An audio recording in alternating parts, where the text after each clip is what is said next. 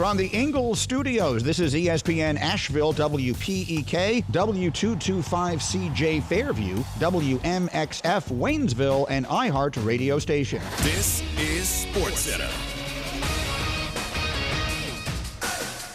I'm Doug Brown. NFL Week 8 kicks off tonight in Tampa. The 3-4 Buccaneers hosting the 4-3 Ravens. Former Ravens running back Justin Forsett says the team's record could be even better. Man, just not finishing, not executing in the crunch time, in the moments when it count. In the fourth quarter, you see they're playing well for 3 quarters, and then they just fall off and or take the foot off the gas pedal at the end of the game, and it's been costing them. Justin Forsett on KJ and Max. Bucks defensive lineman Akeem Hicks is out again for tonight's game with a foot injury. He's been out since week 2. Patriots coach Bill Belichick confirms today Mac Jones is now fully recovered from a high ankle sprain and ready to start Sunday's game against the Jets. Jones started but played only 16 snaps in Monday night's loss to the Bears. College basketball, number 3 Texas will host...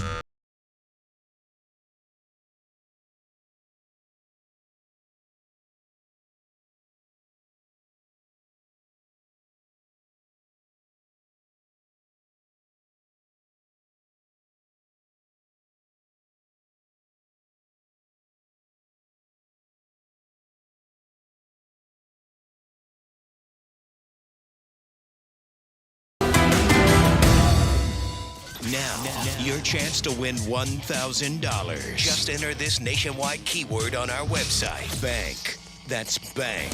Enter it now. Log on now to ESPNAVL.com. And good luck from ESPN Asheville. And welcome into the Sportsocracy here on ESPN Asheville.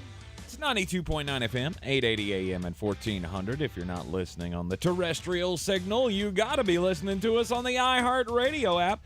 You can get us there live or on demand and take us with you everywhere you go. We're also seen on YouTube. All you got to do to find us on YouTube is go to thesportsocracy.com, click on the live video link. That'll take you to the YouTube page. Hit the subscribe button so you get all the alerts when we go live, and that also gets you into the chat each and every day. The Week 8 of the NFL starts tonight with my Tampa Bay Buccaneers taking on the Baltimore Ravens. But this is a big day on this here program. I mean, this is a groundbreaking day. It's not as big to everybody else as it is to us. Because you had a McRib before the show? I did have a McRib before the show, and it was awesome. And I don't care if that's snouts and tails, and I don't care how they make it. It's delicious. Stop trying to rain on my parade. Most knuckles with barbecue sauce. I hot. don't care. I do not care if they use hooves. I'll continue to eat it. It's lovely. No.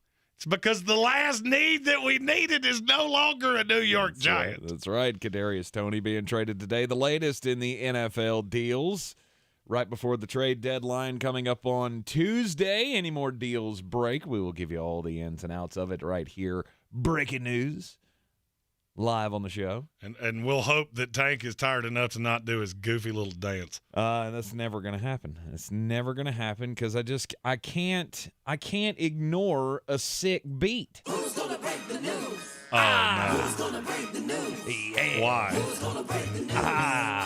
Who's gonna break the news? But why? Woo! Just because you made a big deal about it, so I had to bring it out there. So yeah, we'll have all the breaking news for you as it comes down here on the program this afternoon. Lots of football to get into, as of course tomorrow we're really preparing for tomorrow to be, the pick extravaganza that it always is. Extravaganza! Or the spectacular, as Jeremy likes to call it. Yeah, we do it every week. He does. The draft is a spectacular. It's a once-a-year thing. Yes. Football Friday tomorrow right here in the Sportsocracy. You'll want to join us for all of the picks. We'll be playing Beat the Chief with Asheville Police Chief David Zach. Brought to you by Clarissa Hyatt Zach of eXp Realty. Go to ClarissaSalesWBNC.com. We will pick college games as well. We'll do some college game previews coming up in the 4 o'clock hour of today's program. And you know what? Let's just do it. It's time for the opening drive. The opening drive brought to you by Fred Anderson Nissan of Asheville. Check them out at 629 Brevard Road. They got the showroom down there, and it's like Fantasyland if you like cars. I mean, they got beautiful vehicles. They've got all the technology gadgets, the lifts and the things. And I took my car down there to get the oil changed and everything. First time since, buying the certified pre-owned 2017 Nissan Rogue from Fred Anderson Nissan of Asheville. And I just sat at the end of the garage watching them work on the car. Just technology baffles me. I took my new Pathfinder out shopping for new show things today. You can't see this on the YouTube stream. You can see that I'm at a slightly different angle, and that's because we have all new toys to make sure that the stream works, and we have all the buttons. I'm your huckleberry. Yeah, Jeremy apparently they're all there. They all work. Jeremy apparently did some Black Friday shopping. Yeah, and I will say this. In a several Pathfinder, weeks. I bought a ton of things, and they all rode nicely back here in the back of that lovely Pathfinder. It's so roomy for all of the activities. I'm used to a sports car, which is, okay, I have to fit this in right here because that's the only way it'll go. I just threw everything in the back and went, wow, that didn't take nearly as long as it used to. Fred Anderson Nissan of Asheville. Don't forget, when you go by there for your trade-in or whatever business you have, you mention our name. They'll give you a $250 bonus on your trade-in on top of whatever the car is worth. And here's our opening drive today. How the hell are your Buccaneers a 2-point favorite tonight? I have no idea. You have said this all week long. Oh, we're just going to get boat raced on Thursday Night Football. Well, Vegas begs to differ. Vegas begs to differ with you, and I'm telling you, every time I see a line like this, I feel the burning urge to go with Vegas. I don't do it, and then I'm wrong. Yeah. I don't know. They have way more money than I do. They make a living off of this, obviously way more money than I make off of this. So, I just don't. I need you to explain it to me. I just don't see it. This is a listless offense, a horrible defense, horrible coaching, and you're going up against Lamar Jackson and the Baltimore Ravens. Look, I know we don't really like the weapons that Baltimore has. Could use some wide receivers, obviously. But this is also a Tampa Bay Buccaneers team who just gave up 170 yards rushing to the Carolina Panthers, who don't have a living, breathing running back. So why am I to believe that one of the top running teams in the league is not going to be able to take full advantage of that? If you heard the Sports Center update at the top of the hour, Akeem Hicks, the guy that they brought in, the Tampa Bay Buccaneers brought in this year to help be another run stuffer, not going to play again. I can't figure out what it is that Vegas is seeing. And the fact that the money is on Tampa Bay. Over 50% of the money, over 50% of the tickets are on Tampa Bay. I don't get it. And to me, that sounds stupid. I just watched this team in live color right in front of me. There was nothing there. Not a thing. But there are gold fixtures in Vegas for a reason. You're going to have no Antoine Winfield Jr., no Carlton Davis, no Sean Murphy Bunting. The secondary, I mean, you saw it against the Carolina Panthers, just falling all over themselves. Look, I know Lamar doesn't have great receivers, but Devin DuVernay is going to shock me if he doesn't hit the end zone twice tonight. It will shock me if he does. You and Stephen Tao, for whatever reason. I don't know if you have stock in Devin DuVernay or what. He's the best weapon they have. No, the best weapon they have is Mark Andrews, and it's not even vaguely close. I meant receivers, the wide receivers. Yeah. I don't know. Is Rashad Bateman playing tonight? I know he was trending that way. I don't know. He's better than Devin DuVernay. He's a Sasquatch. You keep telling me how good he is, and I don't think I've ever seen it. And yet you believe in Devin DuVernay and Donovan Peoples-Jones. I've seen them get in the end zone. No, maybe not DPJ, but yeah. And this got me thinking. So you look at Baltimore as they're currently constructed. This feels like the greatest layup spot of all time. Mm-hmm. And yet the truth serum that is Las Vegas is telling you should be on the side of the Bucs. Stupid. It's absolutely stupid, and you know, you always get on me for saying this, but there is zero shot that we win this game tonight. Well, and that's a kiss of death. I'm buck naked. And I believe I will be taking the Tampa Bay Buccaneers now. We can only hope. Solely because you just did that. Mm-hmm. Tank Spencer kiss of death is real. I have yet to see this team show me anything. Well, being honest, and look, I know Baltimore was your Super Bowl pick. Mm-hmm. I get that. What exactly has Baltimore shown you? I've had to go deep down this rabbit hole. At the end of the show, I have to make a pick. Right. One way or the other, I have to be on a side. Right. What exactly has Baltimore shown you? All right, so this team's 4-3. Mm-hmm. You beat a Jets team with Joe Falco, a New England Patriots team that can't score, that you let hang around for way too long. You beat the Bengals by a field goal, and you beat the Browns. 2 of those 4 teams are terrible. Mm-hmm. And the other 2 they're good. One of them had a backup quarterback, and the other one, coin flip, field goal game. What exactly is Baltimore show? What does this team do well? The first month of the season, they Lamar Jacksoned well. Run the damn ball. But that's what they do they, though? Over the course of the last month, take away a Gus Edwards that if he hadn't fallen in the end zone twice, you wouldn't have felt as good about that. Mm-hmm. I mean, they're 5th in the NFL in rushing yards. They're also just – you have a Lamar Jackson that skews that. Mm-hmm. Not many people have a quarterback that can run like that. And he hasn't been particularly good over the course of the last 3 weeks. I mean, yeah, first month of the season, I could argue was the MVP. But then you go down the rabbit hole, and is that what we're clinging on to here? Yeah, pretty much. I mean, that's how you see this going, is that they just can't stop Lamar Jackson. Whose high watermark for the last 5 weeks is 218 passing yards. Mm-hmm. Do you remember the first, and I know this was several weeks ago, this is more than a month ago, but do you remember how bad it was up until the fourth quarter against the Miami Dolphins? That is the team that I believe the Baltimore Ravens are. And do you realize how much I love analogies? Because that game was like a kid that got to recess without pooping in his pants and then did. Still not a good day, all right? At the end of the day, that's still a bad day. It was. I mean, but it was a great day up until the fourth quarter collapse. And you couldn't finish it. I get it. But that's what I'm saying. I believe that the first 3 quarters of that game is the real Baltimore. And what I don't understand is why. You haven't seen that team again. No matter what, no matter how rose-colored glasses you get, you have not seen that team not one time since. Mm-hmm. High-flying offense. Gone. Now, and you know, I know I'm going to catch some flack for this.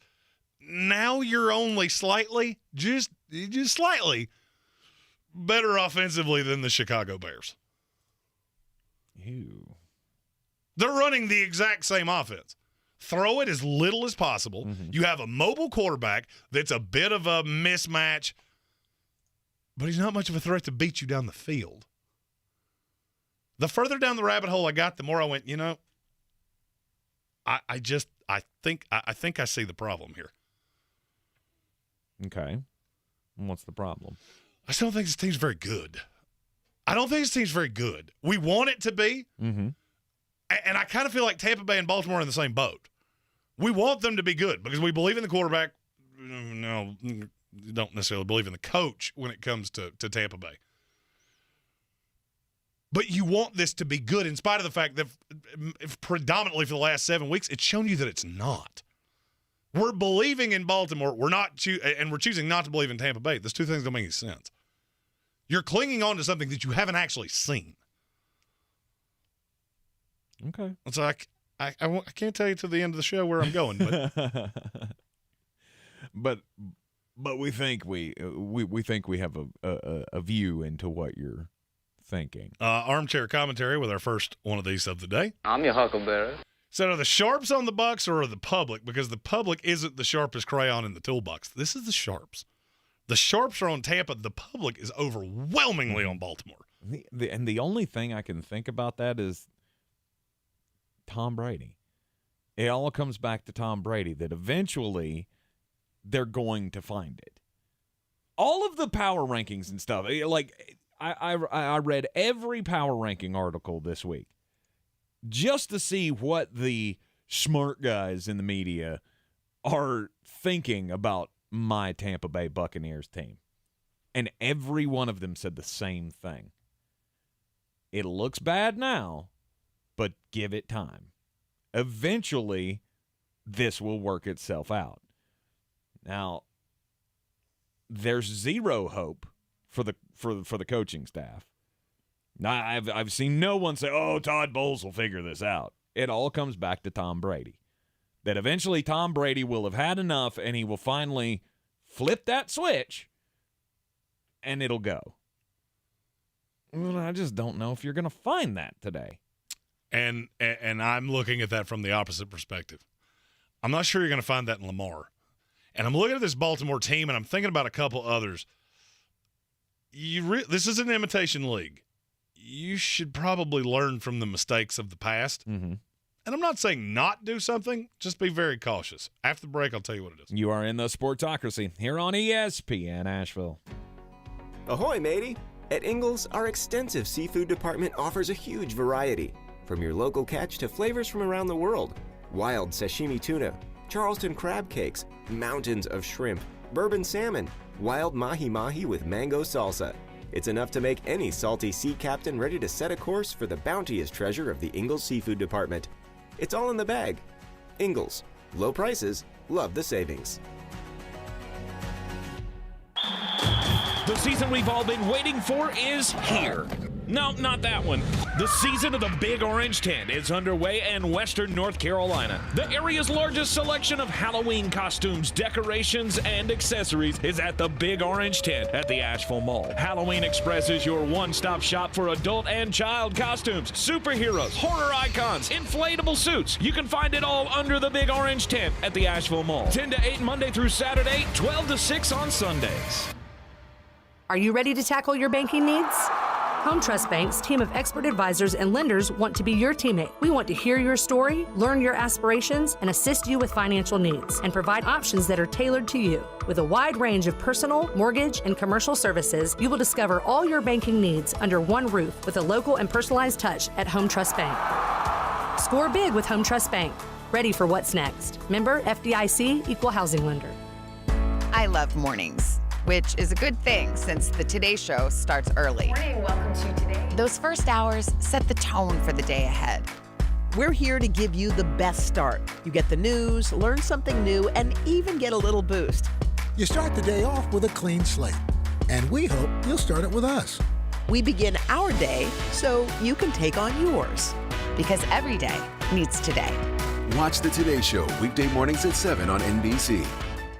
Hi, I'm Emmitt Smith, Hall of Famer and all-time leading rusher with exciting news. If you suffer from chronic joint pain, Emmitt Smith wants to introduce you to QC Kinetics. QC Kinetics is the nation's leader in biologic treatment for pain. I'm talking regenerative solutions that encourage your body to heal and repair itself. No medications, no surgeries, no downtime. If you have pain in your knees, hips, lower back, and shoulders, don't assume the old treatments are the only treatments. Learn more about how you can get lasting relief with biologic treatments that can repair and restore damaged tissue. Call to learn more about this exciting natural way to deal with chronic joint pain. Play golf without pain, walk upstairs without pain, play with your kids and grandkids without pain, get back on your job without pain, live your life pain-free. Call QC Kinetics. Call QC Kinetics, 828-333-9517. That's 828-333-9517. 828-333-9517. The new era of Thursday Night Football is only on Prime Video. Tonight, it's a matchup between MVP quarterbacks when Lamar Jackson and the Baltimore Ravens travel to Tampa Bay to take on Tom Brady and the Buccaneers. Pre-game coverage begins at 7 p.m. Eastern with TNF Tonight, delivered by Little Caesars. Not an Amazon Prime member? Sign up for a 30-day free trial to stream the game. It's the Ravens and the Buccaneers, only on Prime Video. See Amazon.com/watchtnf for details.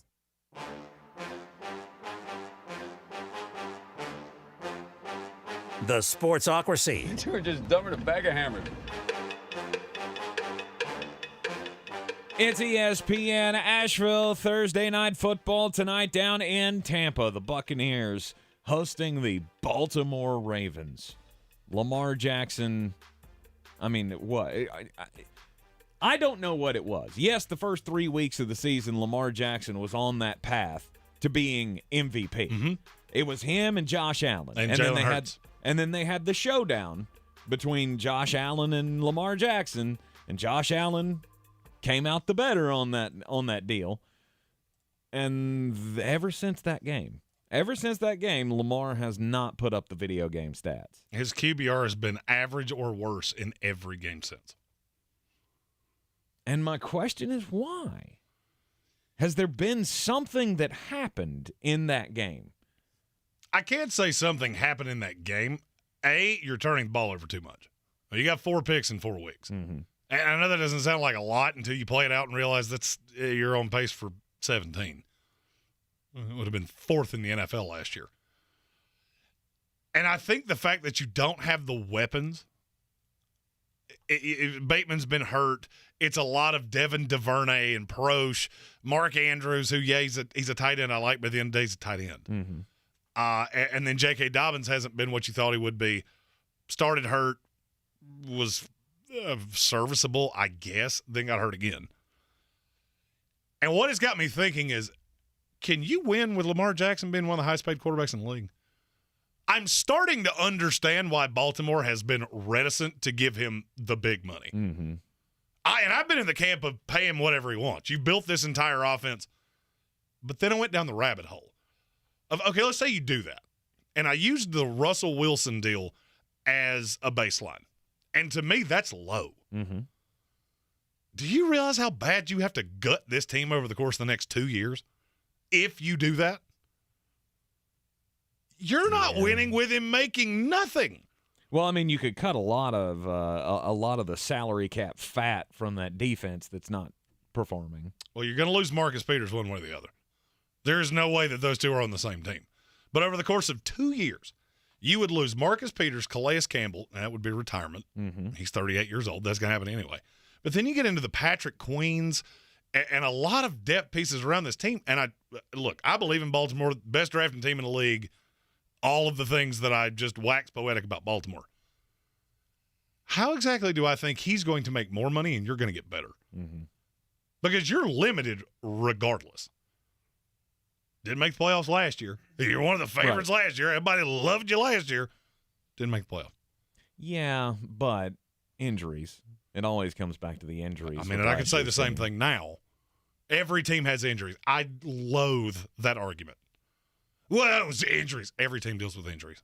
Okay, you dealt with more. Yeah, but not like that. I mean, what did they San have, Francisco like 49ers were the San Francisco 49ers have been the most hurt team in the NFL in the last 4 years. They've been to 3 NFC championship games. Spare me on injuries. I just don't hear. Did your quarterback play? Yes or no? Yeah. The most integral part of your franchise, did he play? Yes or no? Mm-hmm. Did you make the playoffs? No. Nope. Are you on pace to make the playoffs right now? No. No. And if you look at that schedule, this might be your best shot. And I'm looking at the Derek Carrs of the world. I'm looking at these highly paid quarterbacks. And if you're not just the guy, Pat Mahomes, Josh Allen, end of message, repeat the line. I don't know that I can do it. I know the cap's going to keep inflating. I'm well aware of that. And you'll still be able to field competitive rosters. But you're at a point here where Lamar Jackson has not won squat. And the roster, I could argue, has been the best in the NFL for the last 5 years. If you average it out, I would say Baltimore probably has the most talented roster in the NFL. Okay. You've won a playoff game. Mm-hmm. And the more I did, and this all started by looking at the number, because Vegas is my truth serum. This seems like the easiest game in the history of time. Yes. Lamar Jackson, super mobile quarterback, Tampa Bay Buccaneers, can't stop the run. This should be easy. Then why is Tampa Bay a 2-point favorite? Doesn't make any sense. Unless you go down the rabbit hole and go, maybe this team's not actually that good. Maybe we've overvalued them the entire time. Mm-hmm. Because they are the team that is perpetually, well, when they get healthy or when they turn the corner or whenever they figure this out.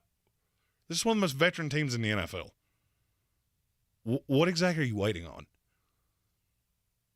And, I mean, I'm not trying to bang on Baltimore. I'm not trying to bang on Lamar. I'm just looking at this going, maybe this is a construct that won't work. Maybe it just won't work. Maybe. Maybe it won't work. But I don't think you can give up on it. I don't think you can just let him walk.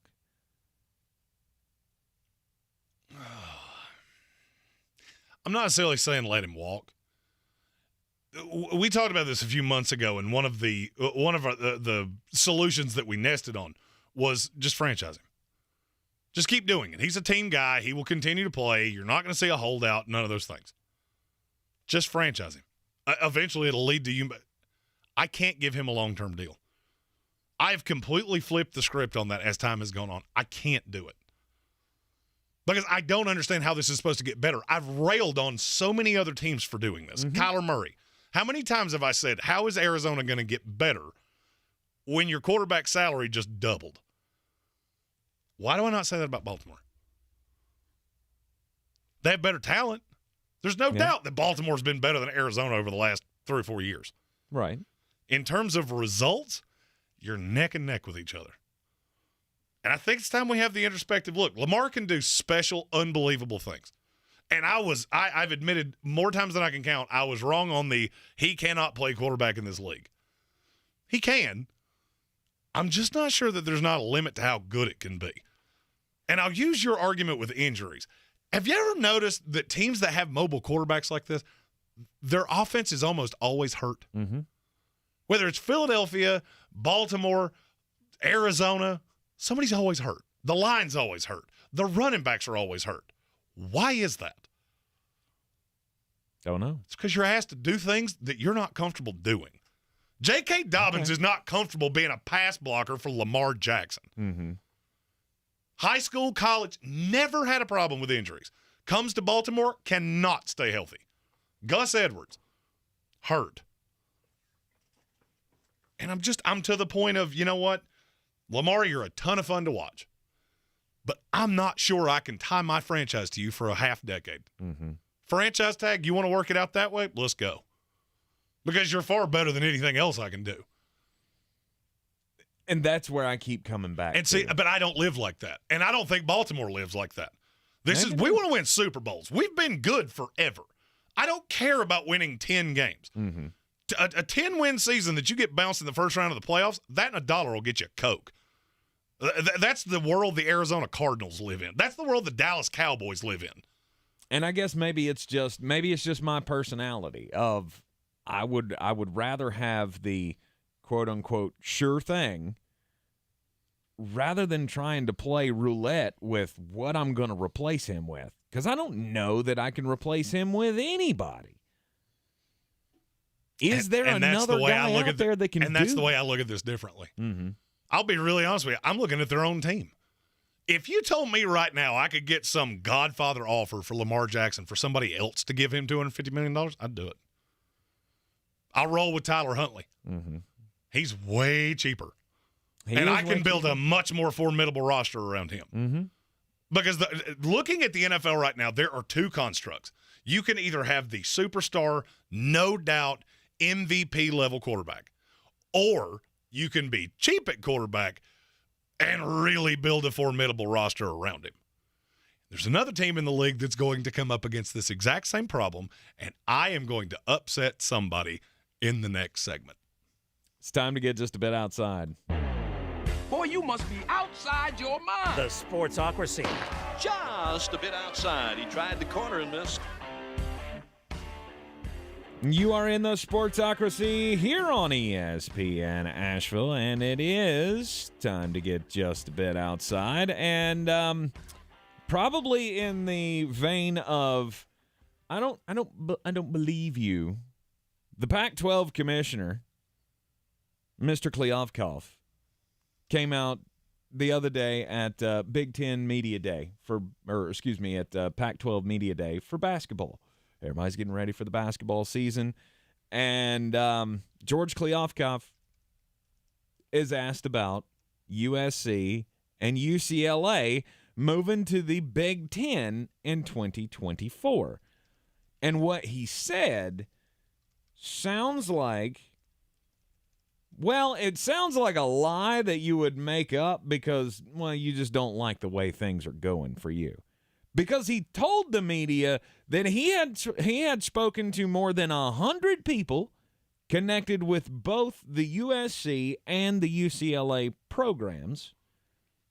And would you like to guess how many of them are happy about moving to the Big Ten? According to George Kliavkoff, I'll say zero. Zero. Yeah. Zero. He said no one is happy about it. And that's not just fans of those teams. That's not just, others in the league, because obviously everybody else in the league's like, oh, crap, USC and UCLA are leaving us high and dry. So they're not going to be happy about it, obviously. Hurts the prestige of your league. But to say that you've spoken to all of these people connected with these programs and nobody sees the benefit is just a lie. It's a flat-out, bald-faced lie. I don't believe you. No, of course This is not. like that loser guy we all went to school with that talks about his girlfriend that goes to another school and her name changes 5 or 6 times, Right. and nobody ever sees a picture of her. It's like, oh, she's so hot. She's like, a cheerleader. Oh, yeah, she's a cheerleader. She loves me. Yeah. Listen here, Pocket Square. I don't think she does. I think you're lying to me right now. George Kliavkoff said that, quote, I think saying hundreds would be an exaggeration. Dozens, more than 100. Like, he's couching everywhere. Like, I've spoken to all of these people. And I've yet to talk to anyone in the UCLA and USC community who's in favor of the move. I will say that I probably hear from folks who are not in favor, not surprisingly. Yeah. Again, I don't believe you, sir. This is like old man yelling at clouds. You know. So it's tank. Yeah, basically. You know this is coming. You know it's going to be, I mean, dare we say, a death knell for your organization, for your conference. And now you're just pitching a fit. Because they've gone down the path of contacting the state legislature and the University of California system to try to block this or try Here's to. what I don't understand. Why would you want to block it? They obviously don't want to be here. I've never understood that. Because it ruins what you have. This is like the loser guy that cries on the way out, like, please don't leave me. I love you so much. Like, oh, yeah, that's really selling me. I mean, that is that. You know what? This sniveling look with you with Mr. Snot Bubble, that's really getting me to want to stay. The Pac-12. I can't believe I'm about to tell this story, but I have to. This is from an insider with Us Weekly. Apparently, Giselle has given Tom Brady an ultimatum.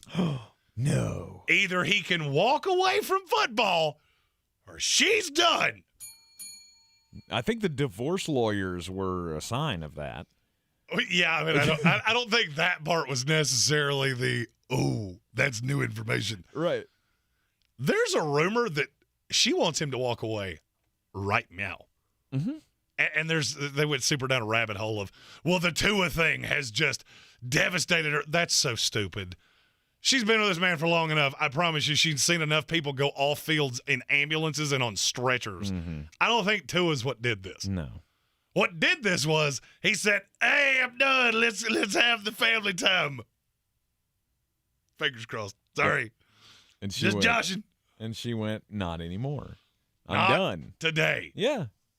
I'm absolutely. No, of course she gave him an ultimatum. This is not news.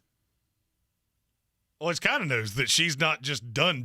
She actually is willing to. Well, I mean, I'm sure, in her heart of hearts, she still loves him, and she wants him to be a part of the fight. That's what this fight was all about. We all know this.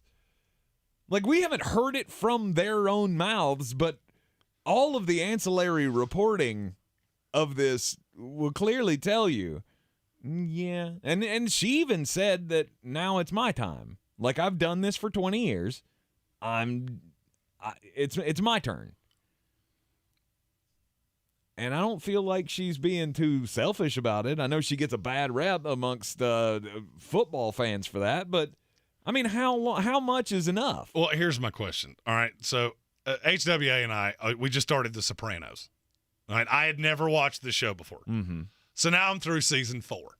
And we're to the Carmela and Tony are separating. Mm-hmm. And she and I had this very long back and forth right before we went to bed last night of, what exactly did you expect?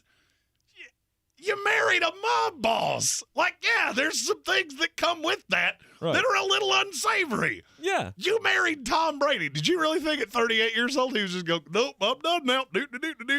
No. Hey, honey, did you sign me up for the carpool this week? But at 45, I mean, that's a markedly different conversation. Of it's time to grow up, Tom. It's time for the next level. I'm just gonna say right now, I feel like Tom Brady has 2 less than ideal scenarios. He can either keep playing with this team that is just listless and gross and seems to hate each other, or he can go home to an angry wife. And this is not just a, hey, I'm home, fight's over. I'm not telling you I'm good at marriage. I'm just telling you I'm seasoned at it. And this fight's going to last for a minute. That's not how that's going to go. Marriage is, it's not like shooting free throws. You don't get better at it the more times you try it. Really, you don't think if Tom quit now and said, you know what, Giselle, you're right. It's time for me to hang it up. I'm just going to leave. I'm going to come and we're. Let me put it this way. And this is just from my own experience. If Tom goes back now, she will not do one thing in that house for the next 6 months. You will wash every dish. There will be a chicken breast on the stove for dinner, and it ain't for you. For the people that have billions of dollars, I'm going to say I don't think they do that anyway. Well, see, that's where my analogy maybe fell apart. Right. You know, Giselle's not making chicken parmies for dinner on a Tuesday. Right. I didn't think of that. We do, what? This is a lovely lasagna that you've made here, Giselle. It's a vegetable lasagna. I don't cook. What are you thinking? Did you get to a Tonga Vailoa? Because I don't think you remember me correctly. I'm just very lucky that I have a patient wife. She knows I work 14 hours a day. She's fine with it. She's like, you just come home. It's exactly. But at some point, you get tired of that. At some point, you get tired of it and say, now it's time to focus on the family. He's not going to quit. We all know that. He will ride this out, and it's not going to be pretty.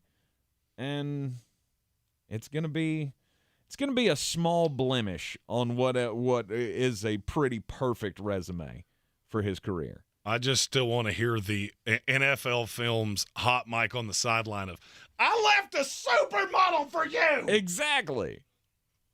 Robert Hainsey. Get it right, Luke Godecki. You are in the Sportsocracy here on ESPN Asheville, 92.9 FM, 880 AM, and 1400. Should Lamar Jackson be paid massive amounts of money in a long-term deal by the Baltimore Ravens? And what does that mean for these other guys that have contracts coming up? We'll be right back. This is your Exergen Temporal Scanner weather forecast on ESPN Asheville. Well, some good-looking weather unfolding for us here in Asheville. Boy, fall is definitely in the air out there. 39 degrees in the valley tonight, some mid and low 30s with elevation. Partly cloudy Friday, 62, and then mostly cloudy Saturday with a high of 60. Our next weather maker comes in for Sunday and Monday. Some rains coming in Sunday, 56. I think the showers will be ending for the Ghost and Goblins Monday, high 66, low 48. I'm meteorologist Scott Larimore. That's the latest Weather Channel forecast. This report is sponsored by Pfizer and BioNTech. Charging a cell phone can be like getting a booster shot. A booster is given to enhance or restore protection after a primary series vaccination, which wanes over time. Schedule an appointment when you are eligible. Sponsored by Pfizer and BioNTech. The midterms are here. With so much at stake, MSNBC has the in-depth coverage and analysis to give you a greater understanding. Watch coverage of the 2022 midterms, Tuesday, November 8th at 6 p.m. Eastern on MSNBC. You've got advanced prostate cancer, but you're not waiting around. You want straight talk, the facts about Orgovix. Orgovix Relagolix 120 milligram prescription tablets is a treatment for adults with advanced prostate cancer. Fact: Orgovix is a different kind of androgen deprivation therapy treatment, a pill, not an injection. Orgovix may cause serious side effects, including a heart condition called QT prolongation. Tell your doctor right away if you feel dizzy, faint, have a racing or pounding heart, or chest pain. Orgovix can cause harm to an unborn baby or miscarriage. Use birth control during treatment and for 2 weeks after Orgovix treatment. The most common side effects include hot flushes, increased blood sugar and blood fat levels, muscle and joint pain, decreased blood hemoglobin levels, increased liver enzymes, tiredness, constipation, and diarrhea. Other side effects include weight gain, decreased sex drive, and erectile function problems. Orgovix may cause infertility. Talk to your doctor if infertility is a concern for you. Go with Orgovix. Ask your doctor. For more facts, visit gowiththefacts.com. If money is what scares you this fall, then listen here for your $1,000 inflation bonus. Win $1,000 every hour, weekdays between 9 and 5. Happening now, right here. So the Ingles 2-day sale is this Friday and Saturday. Huge savings throughout the store. And when all the products on the shelves heard we were having auditions to be in the sale, everybody wanted in. Come see for yourself. The Ingles 2-day sale this Friday and Saturday.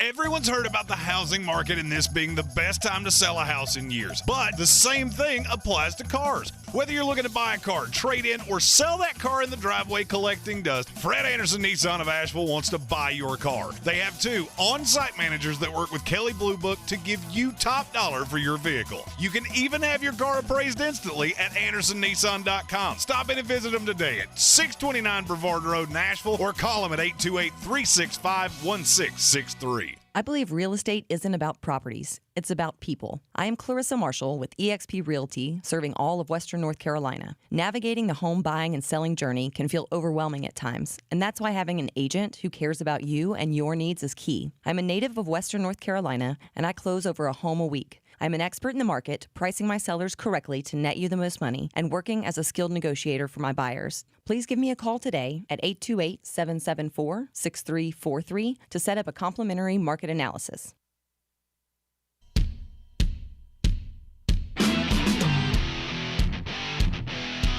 The Sportsocracy. Ice up, son. Ice up.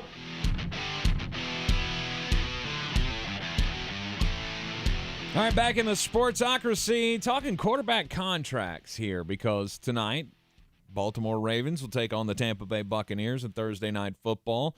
And we've been talking about Lamar Jackson and whether or not he is going to be conducive to winning for the Baltimore Ravens should they give him a long-term contract and have to pay him $40 to $55 million a year. Because that's the window, right? No doubt. It's baseline 40 up to 55. Market value, according to Sport Track right now, on Lamar Jackson's $47.5 million. Okay. That changes a drastic amount about this team, and you're not winning at a high level the way it is. Right. Why do you expect it to get any different? And the one that it really got me on, Jalen Hurts. That Philadelphia team is daunting. Mm-hmm. Do you know how much cap space they have next year? This is with Jalen Hurts counting $1.9 million against the cap. $4 million. You're too high. $2 million. Throw a negative in front of that and you're close. Okay. It's negative $3.4 million. Okay. And you go down the rabbit hole and you look at how much that team would lose. That's going to be as big a headache as Lamar Jackson is. Mm-hmm. Now, if Jalen Hurts can get them to a Super Bowl, now all of a sudden the decision's been made for you. This is the Carson Wentz theory. You get me that far, I can't let you walk out the door. Mm-hmm. But now if Lamar does the same thing this year, let's say they miss the playoffs. Let's say they get into the playoffs and get beat in the first round. It gets harder for me to commit that. And like I said, I know the salary cap's going up. I have no doubt about that. But I look up and down the NFL. Do you really feel like the Raiders feel like they're getting their money's worth out of Derek Carr right now? No.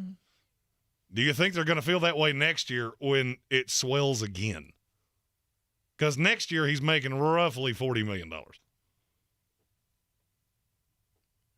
I said no, but I really don't know the answer to that. I really don't know because, again, you have to ask yourself, what would I replace him with?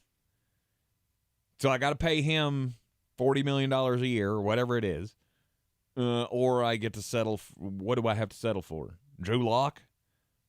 Do I have to settle for one of these god-awful quarterbacks that I'm not going to even have a shot at winning the Super Bowl? At least Lamar keeps me competitive.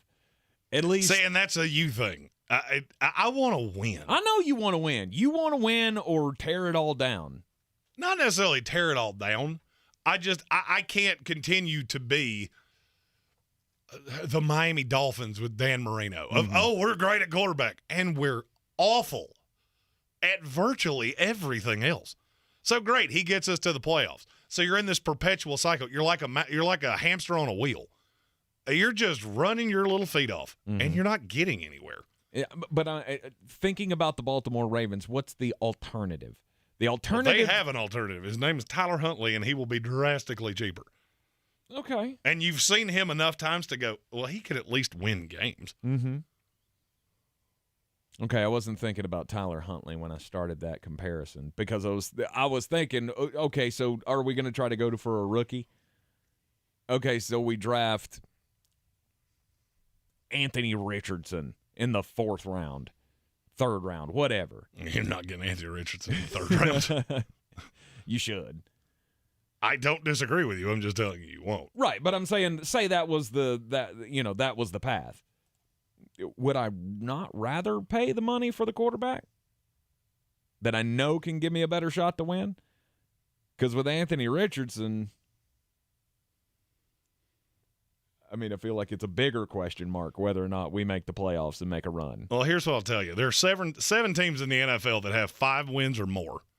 5 of them have quarterbacks that are either on rookie deals or just came off of them. Well, that's great. But you're not in it to win regular season games. Remember, that's what you said. Well, I'm in it to win Super Bowls. I went all the way to 7, so I didn't say the top 2.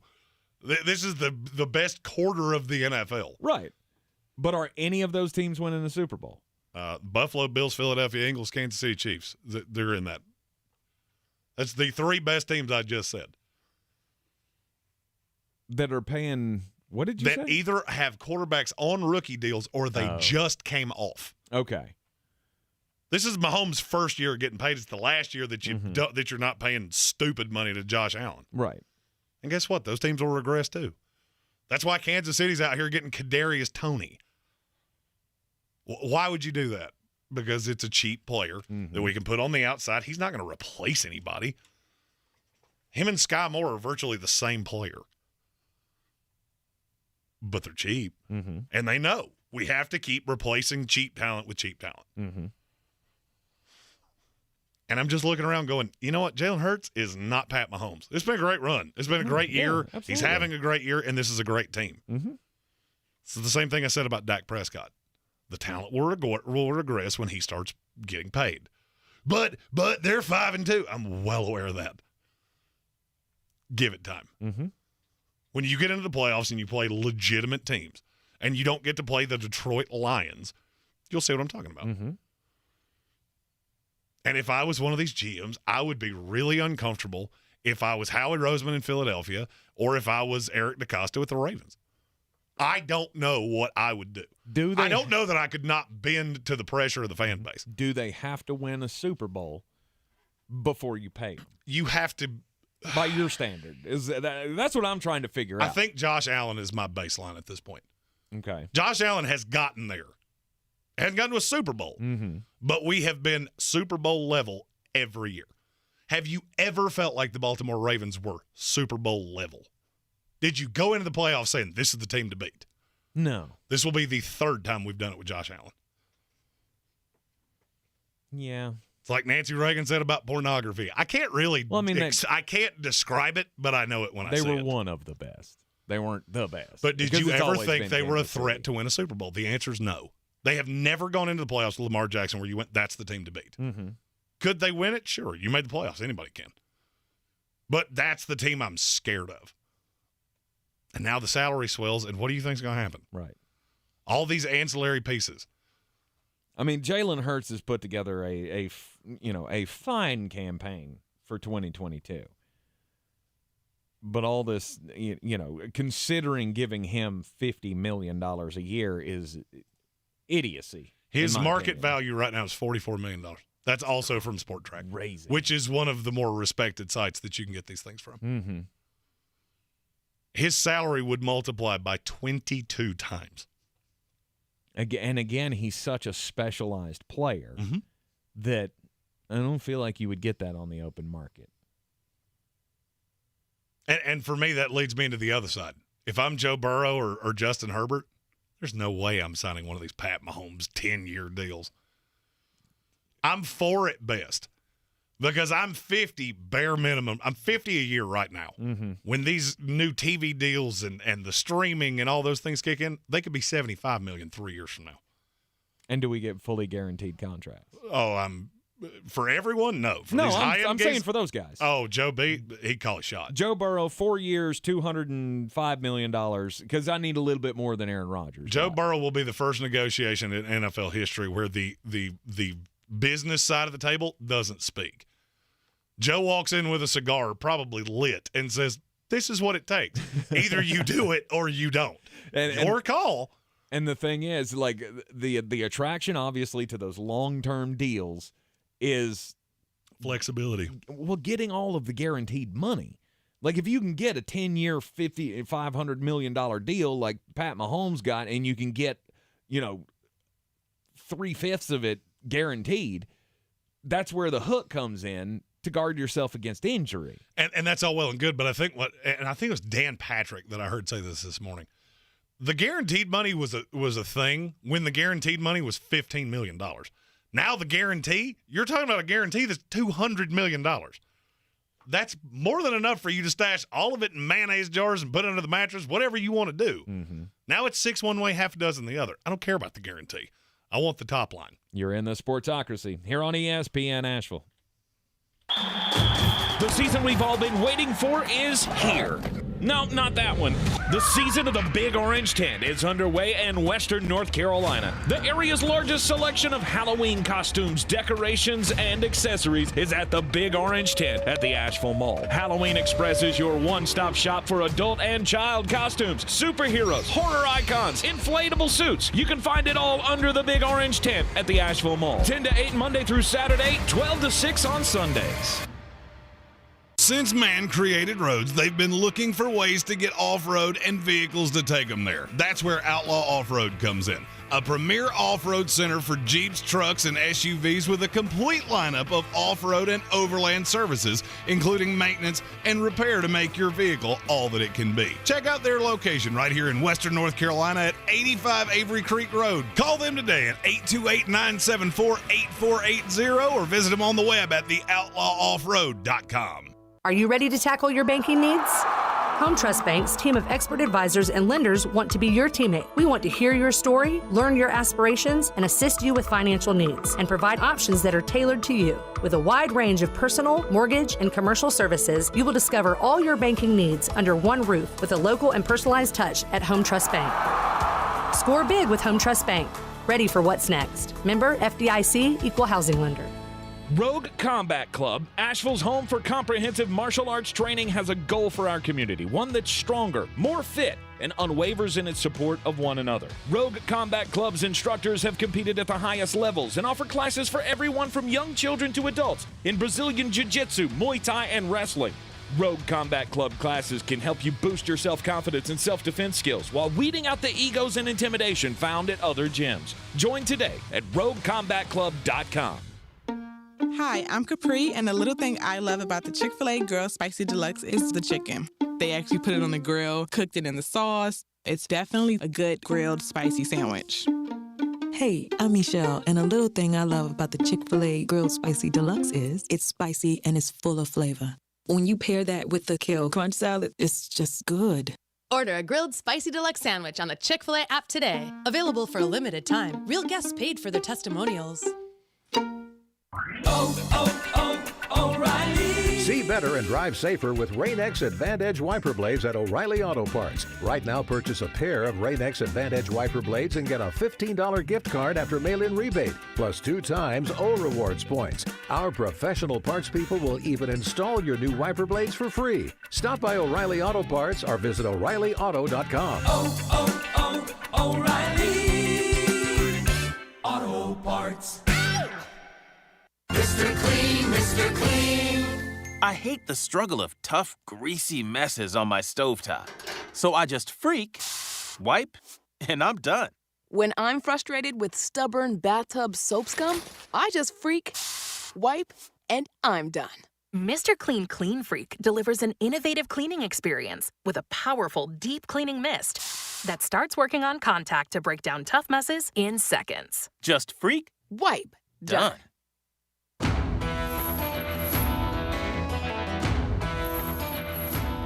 Back in the Sportsocracy, the Sports Center update coming up in just a few moments here on ESPN Asheville. Thursday night football tonight.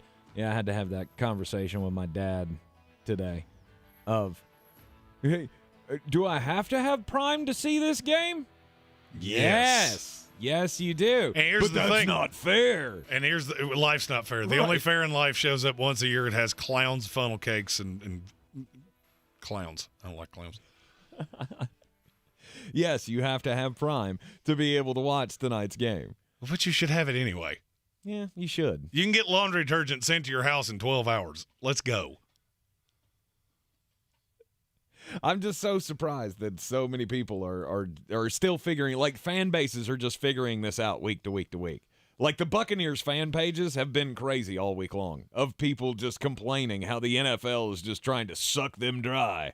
Like, this isn't the NFL. I was about to say, you do realize that right. The NFL got paid regardless of if you see this game or not. Right. Amazon paid $1 billion to have the rights to this game. Guess what? You want to see it, you're going to pay it. And you're going to give me your email address, and I'm going to send you Prime Days promotions for 9 months. But why can't I see the game for free? Because that's not how this works. Because nothing in life's free. Welcome to America. Yeah, exactly. God bless America.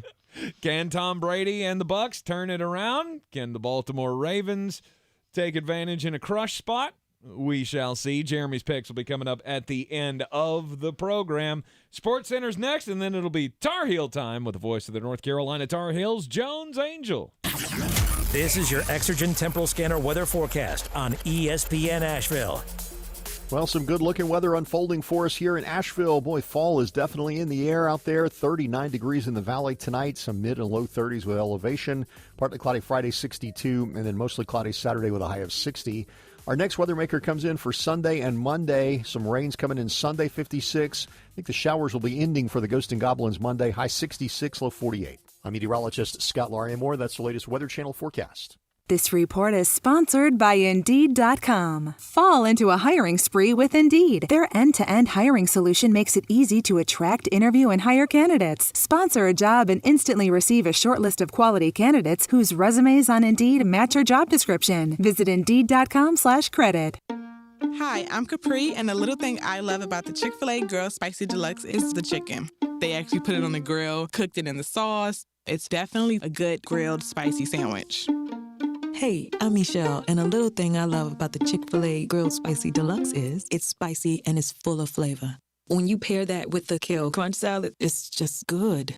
Order a grilled spicy deluxe sandwich on the Chick-fil-A app today. Available for a limited time. Real guests paid for their testimonials.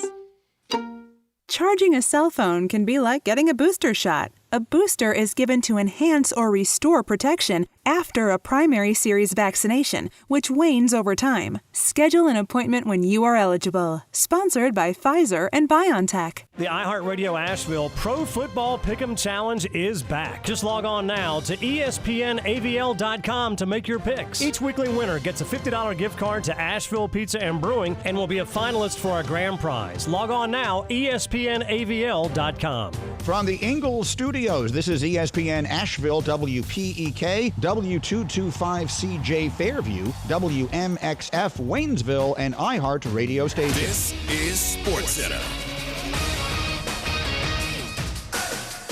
I'm Doug Brown. Ravens and Buccaneers tonight in Tampa to kick off the NFL weekend with the trade deadline set for Tuesday. ESPN's Jamison Hensley says it might be tough for the Ravens to make a big move. If they're going to go after somebody, it's going to have to be somebody that's still on kind of like that rookie deal, because they just can't fit too many salaries with the cap they have right now. But it will be interesting because I think one of the more underrated, and I know we focus on Lamar in this offense a lot, but defensively, they have some holes there too. Jamison Hensley on Barton Hahn. ESPN's Adam Schefter reports the Chiefs get wideout Kadarius Toney in a trade with the Giants. New York will get a conditional third-round pick and a sixth-round pick. Toney has missed the last 5 games with hamstring injuries in both legs, but he tweeted today he's not hurt. David Stearns steps down as Brewers president of baseball operations, saying he needs to take a break. He'll stay with the team in an advisory role. Matt Arnold, the GM since 2020, moves up to take over. Think O'Reilly Auto Parts for all of your car care needs. We're close, convenient, and known for our guaranteed everyday low prices and excellent customer service from professional parts people you can trust. Stop by your local O'Reilly Auto Parts today. O'Reilly Auto Parts. Better parts, better prices every day. Now, your chance to win $1,000. Just enter this nationwide keyword on our website. Cash. That's cash. Enter it now. Log on now to ESPNAVL.com. And good luck from ESPN Asheville. He's a degenerate gambler. You are a smelly pirate hooker. And he's cheaper than oxygen. He's useless. But somehow, they make it work. Jeremy Greene, Tank Spencer. There's no holding back in the Sportsocracy. Presented by Ingles Supermarkets and Fred Anderson Nissan of Asheville. And welcome back into the Sportsocracy here on ESPN Asheville, 92.9 FM, 880 AM, and 1400. We got another week of college football coming up this weekend. We got twin bangers tonight, too. We do. We've got football being played tonight. The NC State Wolfpack. Yeah. The Virginia Tech Hokies. Old Puppy Fingers needs a little bit of a rebound. And I feel like playing Virginia Tech's a good way to do that. I think that's actually the best way to do that.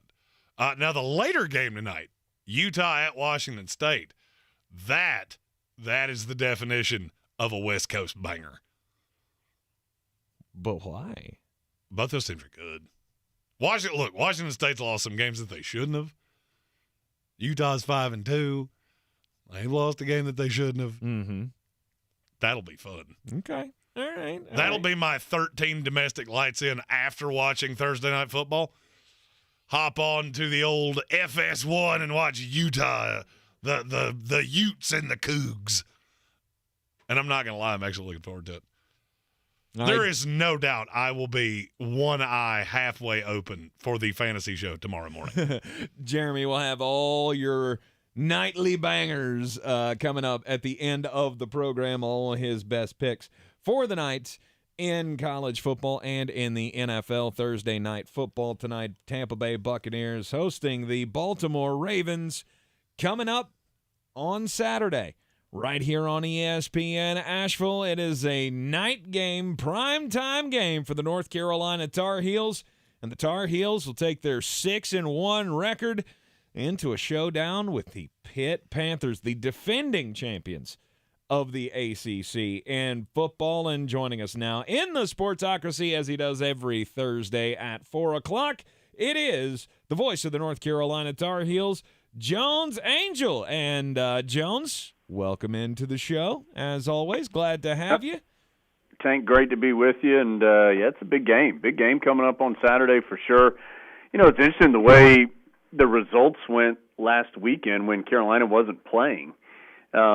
Actually really benefited Carolina. Georgia Tech ended up losing to Virginia last Thursday night. That was the Jackets' second loss in conference play.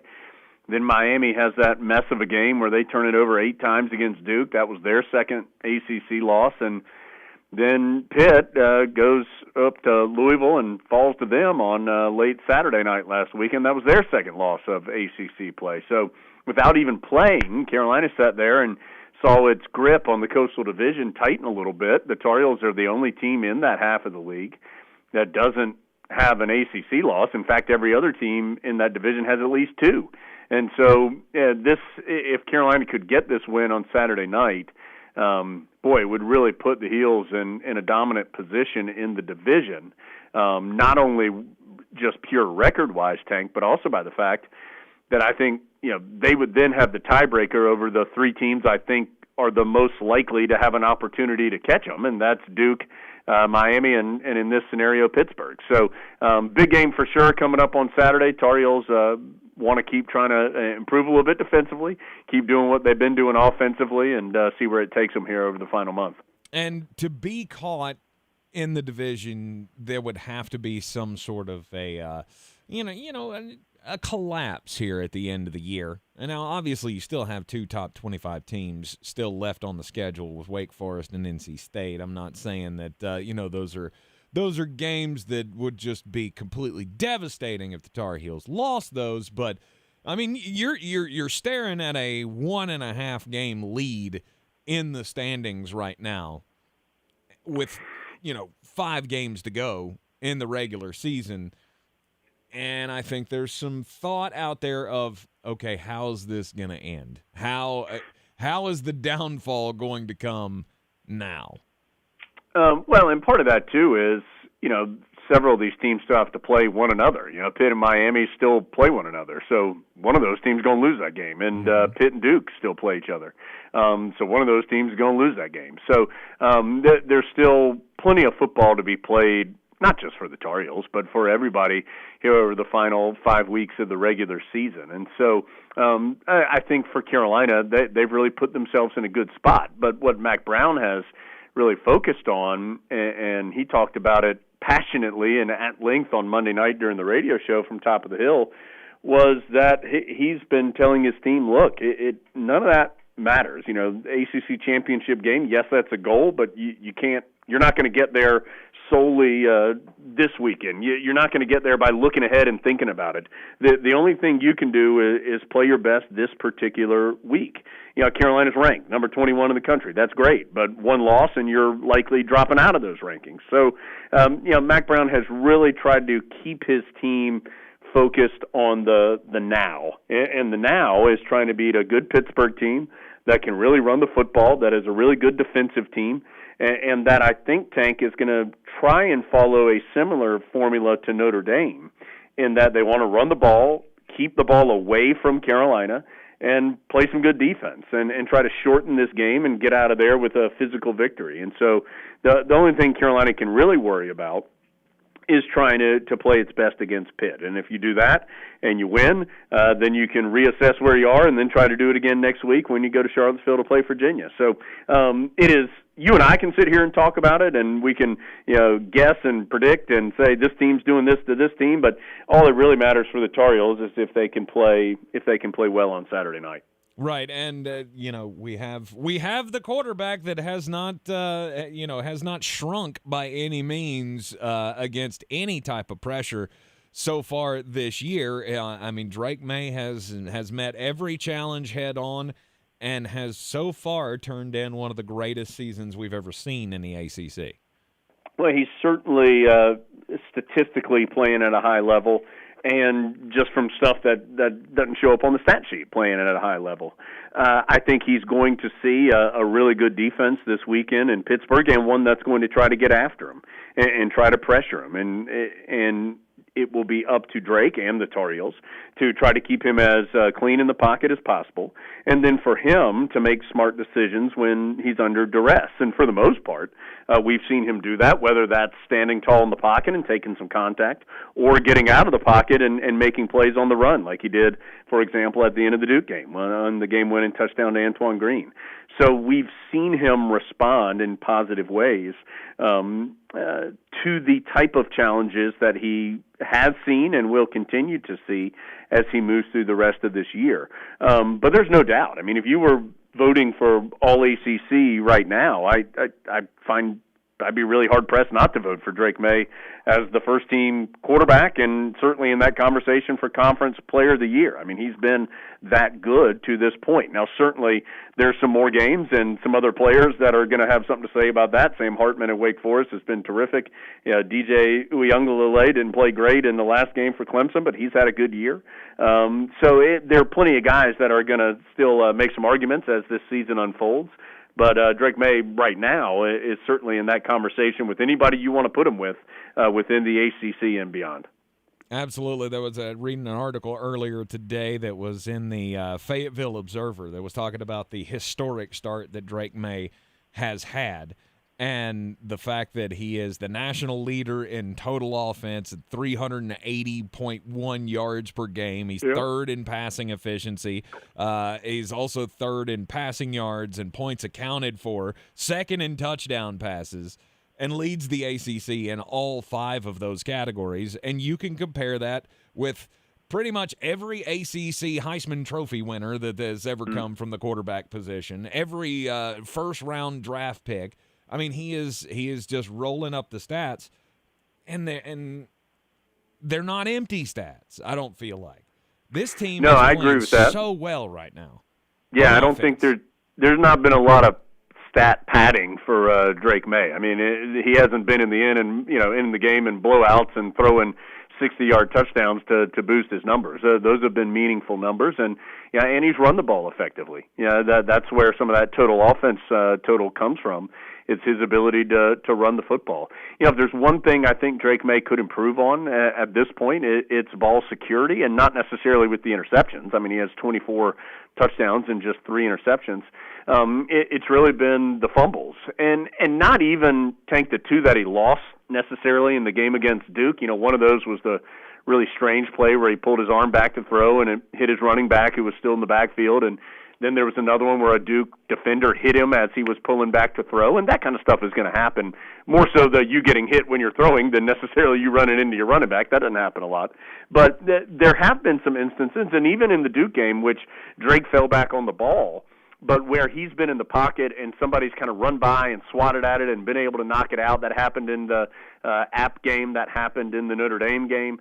That ball has been on the ground more than he or the Tar Heels would like. And so I think that is now, granted, in the grand scheme of things, when you're talking about issues with quarterback, this is a minor one when you consider all the things that he does well. But that would be something I know that the Tar Heels have talked about, that he has wanted to work on. It's just being a little more aware, the awareness level in the pocket of guys swiping at the football, and then his ability to hold on to the ball a little bit more.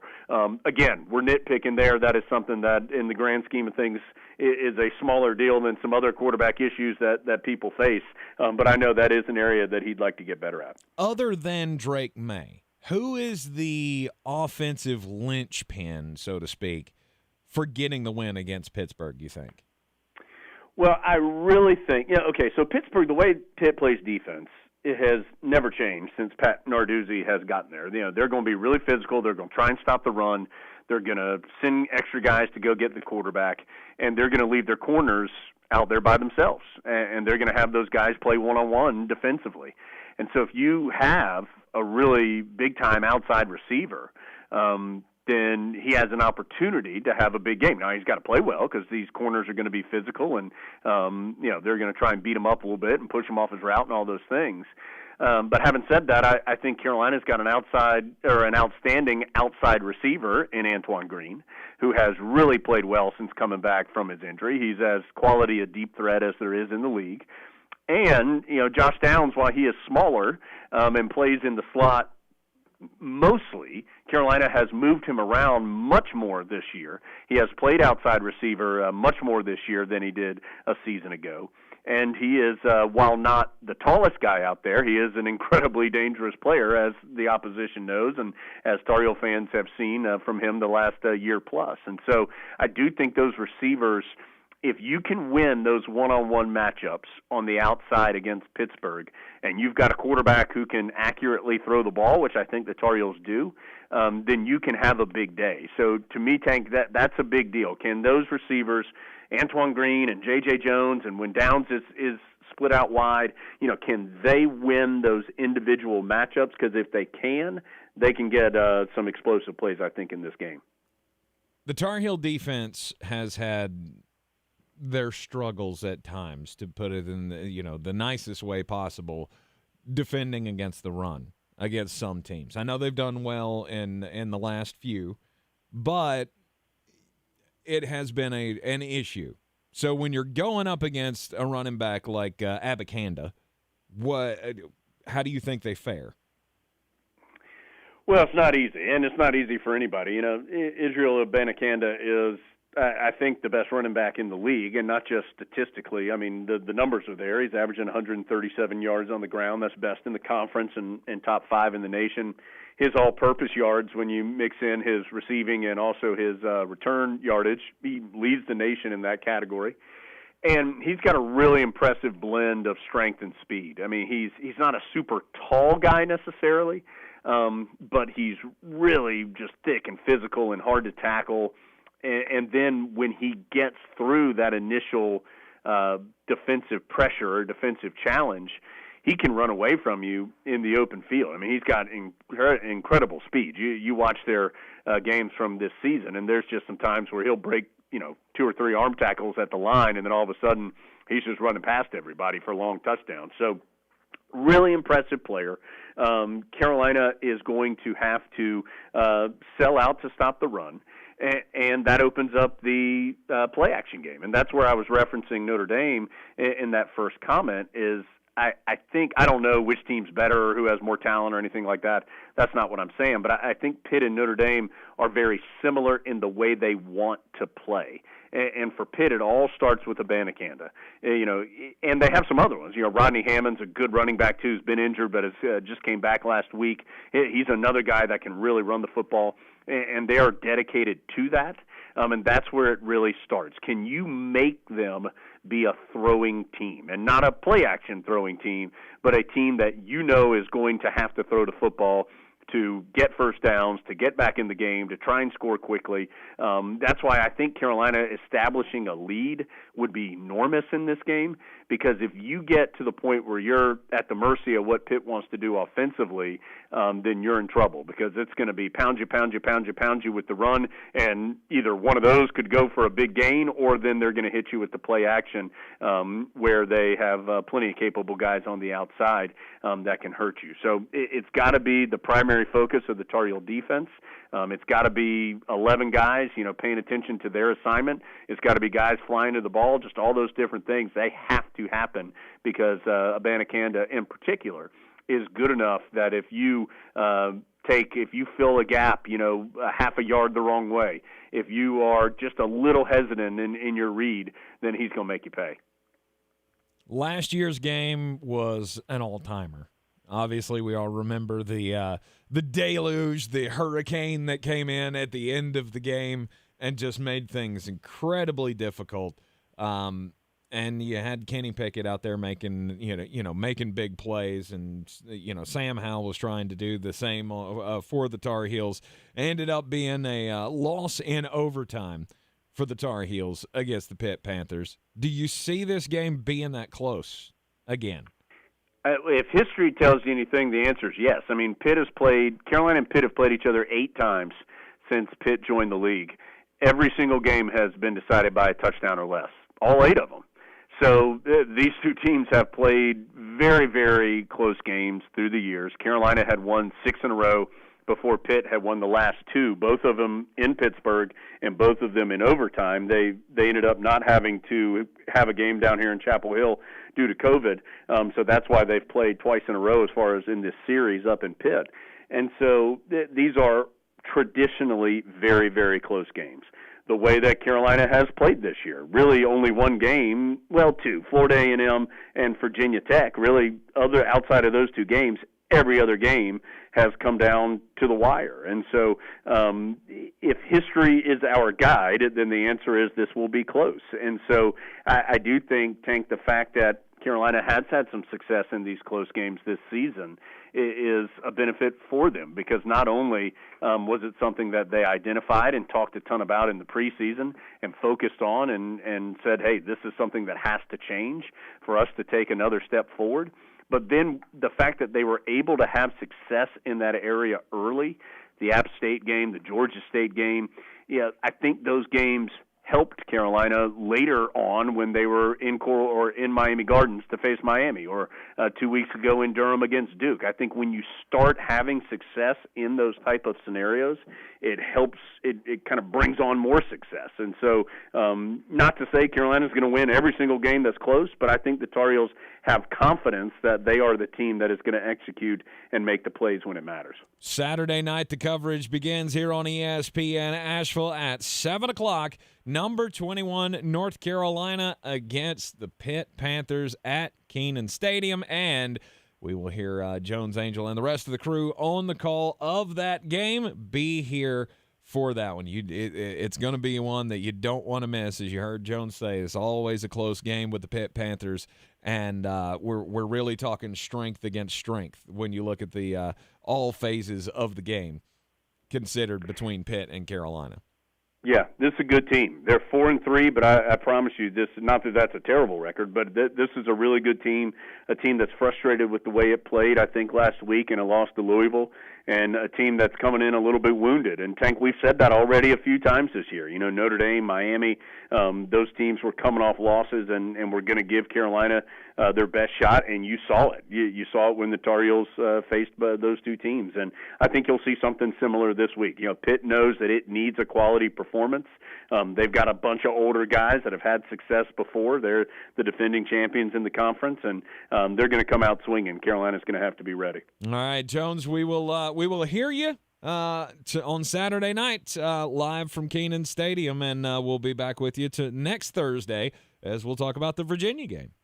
Looking forward to it, Tank. Talk to you soon. You are in the Sportsocracy here on ESPN Asheville. Your time-saver traffic on the new ESPN Asheville. Driving slow, 240 westbound between Charlotte Street and Montford Avenue. 26 westbound stop and go between Fanning Bridge Road and the Blue Ridge Parkway. 26 eastbound slows between the Blue Ridge Parkway and Airport Road. Merriman Avenue, north and southbound, approaching Edgewood Road, heavy delays. Sweden Creek Road, northbound, approaching Mills Gap Road, slow. Hendersonville Road, northbound, slow between the Arden area and Mills Gap Road. Hendersonville Road, southbound, slow between the Blue Ridge Parkway and Overlook Road. I'm Lyndon Field with your Time Saver Traffic. This report is sponsored by Lowe's. It's pro time because at Lowe's it's Provember. Over 30 days to save big. Full of more inventory, more Lowe's MVPs bonus points, and more of the deals you deserve. Because it always pays to be a pro at Lowe's. Save all Provember long. The midterms are here. With so much at stake, MSNBC has the in-depth coverage and analysis to give you a greater understanding. Watch coverage of the 2022 midterms, Tuesday, November 8th at 6 p.m. Eastern on MSNBC. You know that Big Bargain detergent jug is 85% water, right? 85% water? I thought I was getting a better deal because it's so big. If you want a better clean, Tide Pods are only 12% water. The rest is pure, concentrated cleaning ingredients. Ooh, pass me the intercom thingy. Attention shoppers, if you want a real deal, try Tide Pods. Don't pay for water, pay for clean. If it's gotta be clean, it's gotta be Tide Pods. Water content based on the leading bargain liquid detergent. Since man created roads, they've been looking for ways to get off-road and vehicles to take them there. That's where Outlaw Off-Road comes in. A premier off-road center for Jeeps, trucks, and SUVs with a complete lineup of off-road and overland services, including maintenance and repair to make your vehicle all that it can be. Check out their location right here in western North Carolina at 85 Avery Creek Road. Call them today at 828-974-8480 or visit them on the web at theoutlawoffroad.com. When I finally drove the old car into the grave, I knew there was only one place I was going to go. Fred Anderson Nissan of Asheville, home of the family plan. And yes, they treat you like family. I went in, told them what I was looking for, told them my budget, and in no time, I was signing the paperwork on my certified pre-owned vehicle. They have the area's largest selection on quality pre-owned vehicles and certified Nissans. They go through a 167-point inspection, so you know it's not going to let you down. They gave me the Carfax report, so I know the history of my vehicle. And the Fred Anderson family plan gives me things like oil changes and car washes and loaner cars if I have to have major work done on the car in the future. For me, buying a car has always been an intimidating thought. But the folks at Fred Anderson Nissan of Asheville made it super easy. Don't be like me. Don't wait till the last minute to get a deal done. Go to AndersonNissan.com or stop by the showroom at 629 Brevard Road. And don't forget to mention we sent you from the Sportsocracy and get a $250 bonus on your trade-in at Fred Anderson Nissan of Asheville. The season we've all been waiting for is here. No, not that one. The season of the Big Orange Tent is underway in Western North Carolina. The area's largest selection of Halloween costumes, decorations, and accessories is at the Big Orange Tent at the Asheville Mall. Halloween Express is your one-stop shop for adult and child costumes, superheroes, horror icons, inflatable suits. You can find it all under the Big Orange Tent at the Asheville Mall. 10 to 8 Monday through Saturday, 12 to 6 on Sundays.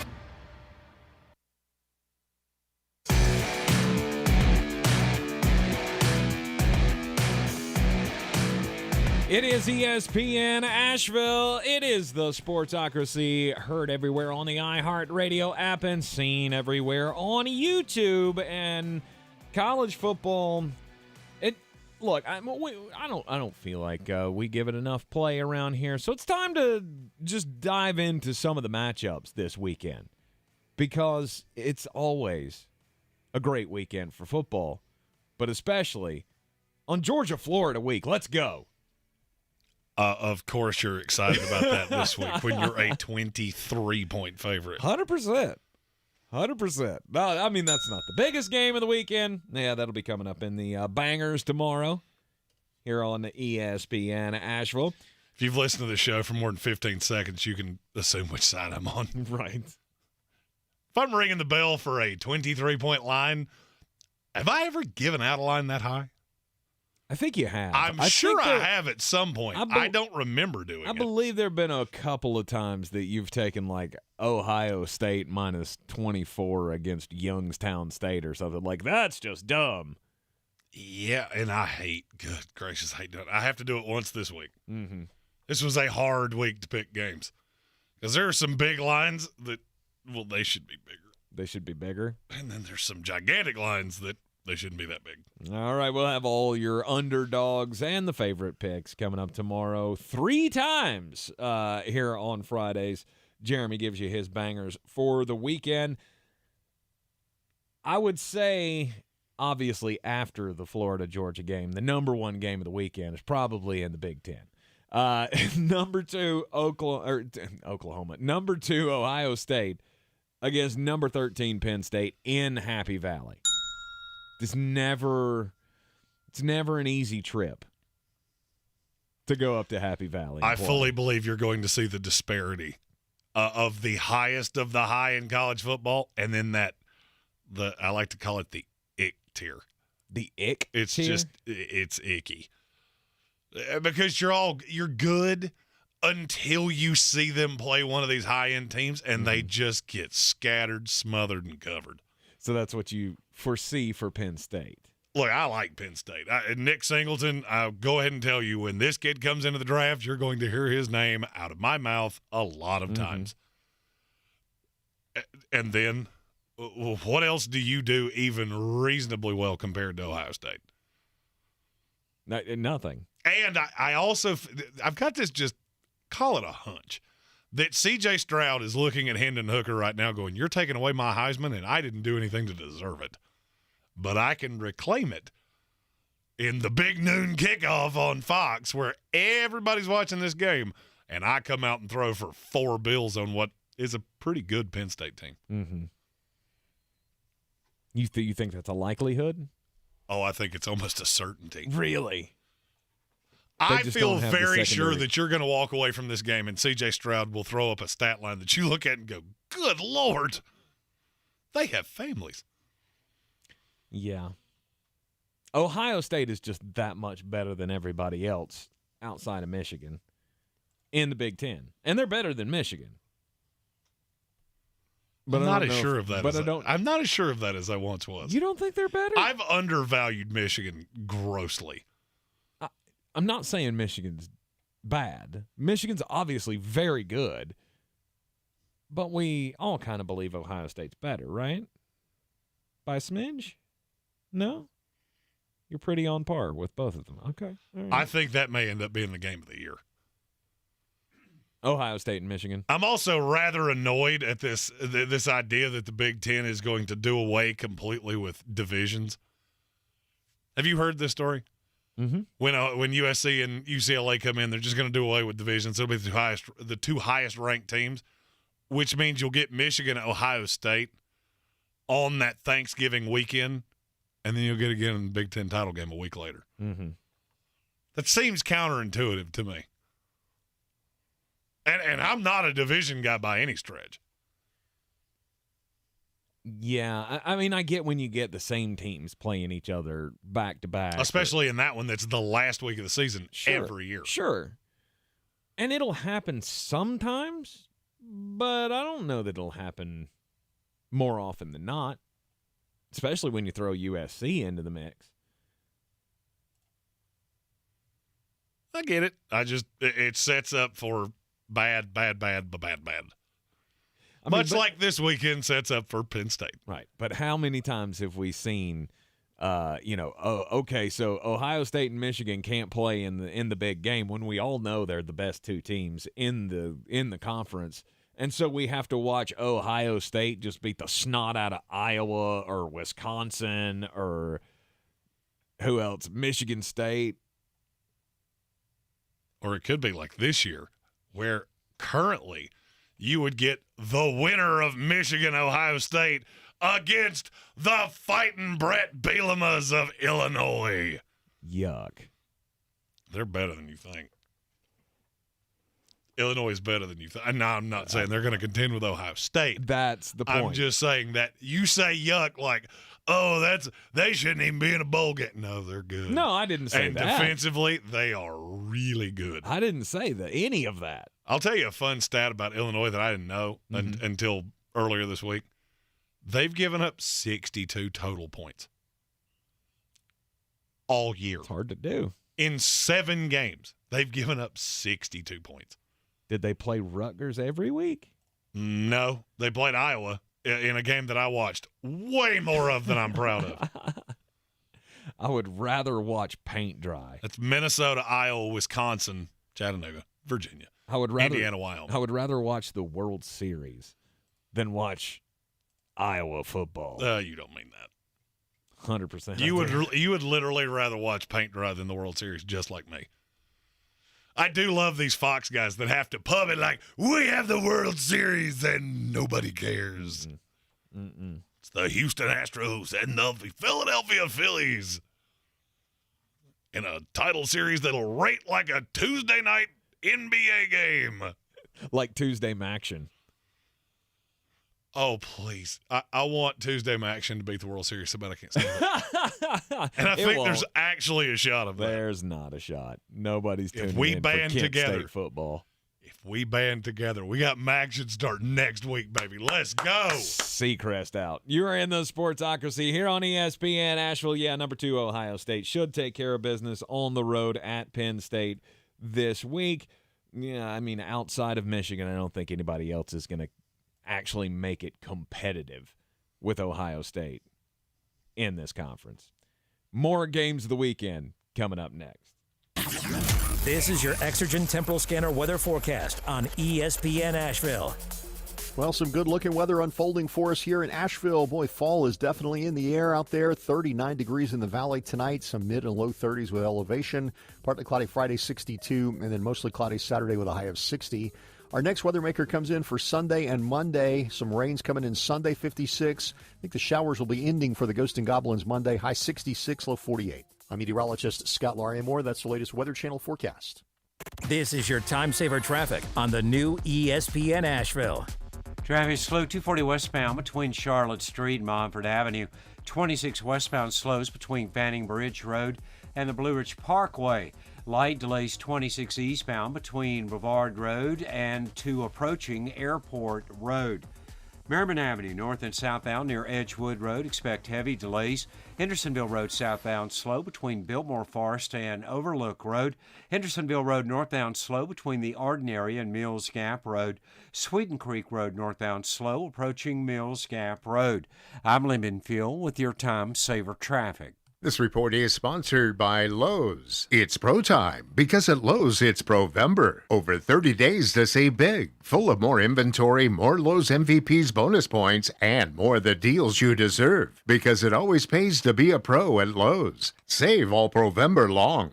You wash your hands, you brush your teeth, but what about the nose? How do you clean your nose? With Navage. Navage uses powered suction to pull saline in one nostril, around the back of the nose, and out the other nostril, flushing out allergens, mucus, and germs. And it's why cleaning your nose, the body's air filter, is the next evolution in daily personal hygiene. People try Navage for lots of reasons. Sinusitis, colds, allergies, snoring, things that make it hard to breathe through your nose. But over time, they find that cleaning their nose makes them feel better, a lot better. Over 3 million Navage users have written more than 100,000 reviews, averaging 4.7 stars, saying, best product I've ever used, and amazing, I love my Navage. Navage helps you breathe better, sleep deeper, and snore less, but the biggest payoff is improved health. Navage is good personal hygiene and can help you stay healthier. At Walmart, Walgreens, CVS, Rite Aid, Target, and online. Navage, N-A-V-A-G-E, clean nose, healthy life. If money is what scares you this fall, then listen here for your $1,000 inflation bonus. Win $1,000 every hour, weekdays between 9 and 5. Happening now, right here. Are you ready to tackle your banking needs?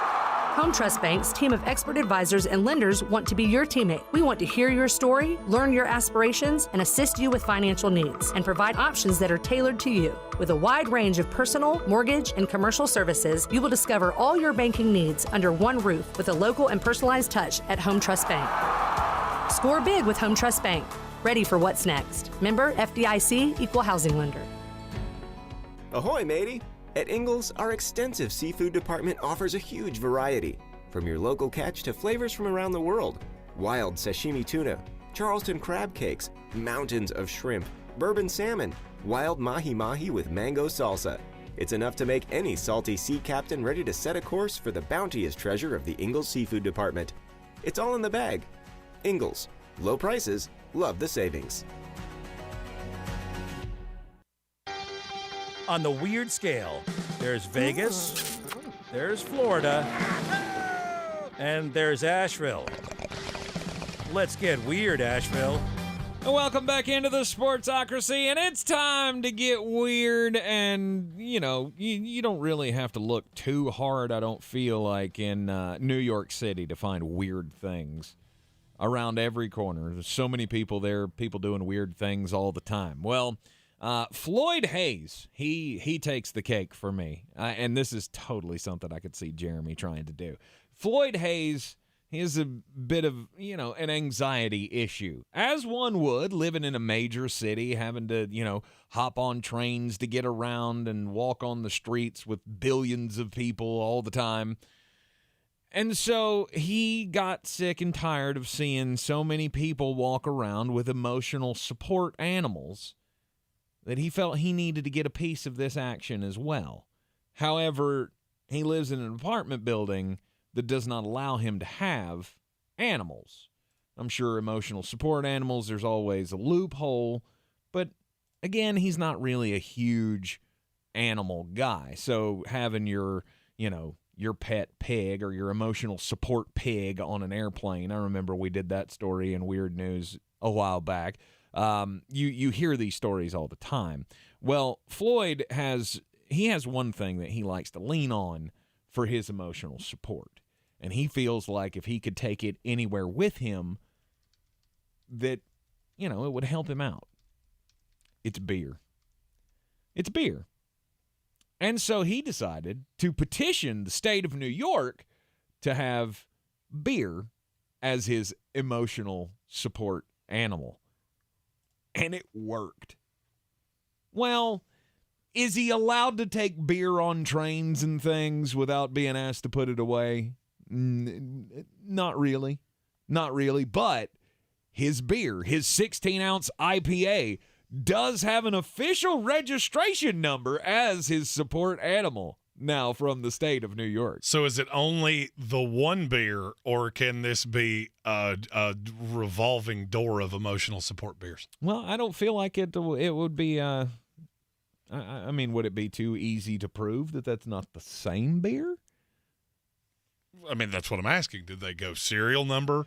They did. They went serial number. His pet beer has a serial number that's 11 digits long. And although now if you did like you can do the registry, you can look up somebody's emotional support animal on the registry in the state of New York. And if you do the search for this number now, it does come up as invalid result.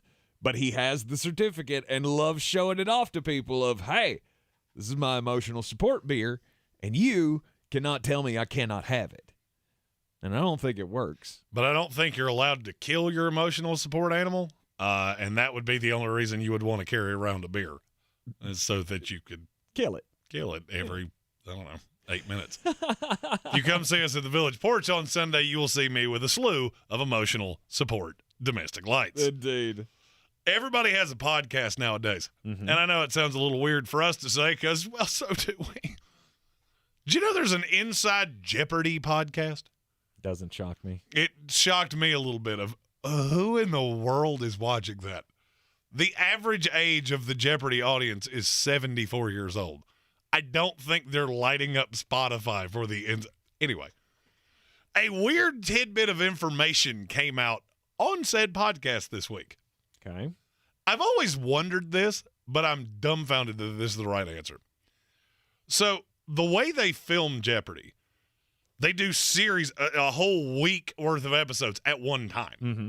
So if you win, you have to run downstairs, get changed, then come back in different clothes and do it all over again.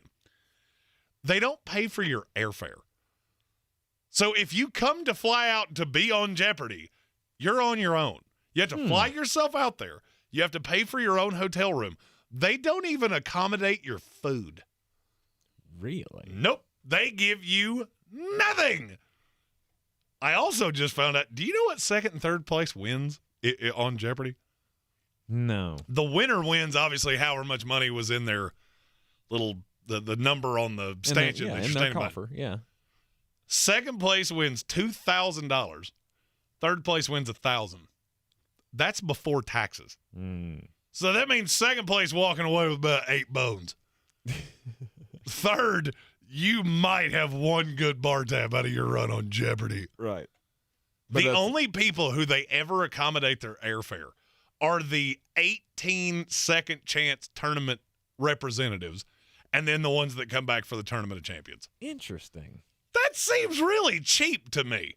You were paying Trebek $10 million a year. You can't pick up a two-way from U.S. Airways? Nope.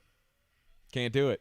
We can't pick up a 4 bones round trip? I feel like that would be a deal of some kind. Like all airline travel for our contestants provided by American Airlines. That's what I always thought. Right. Is that, American Airlines or somebody is just comping this. But it's also one of those things that I know you don't have to do that. You don't have to pay for airfare to get people to come on your show. I mean, you know how people qualify for the show? Have you ever looked into that process? I have.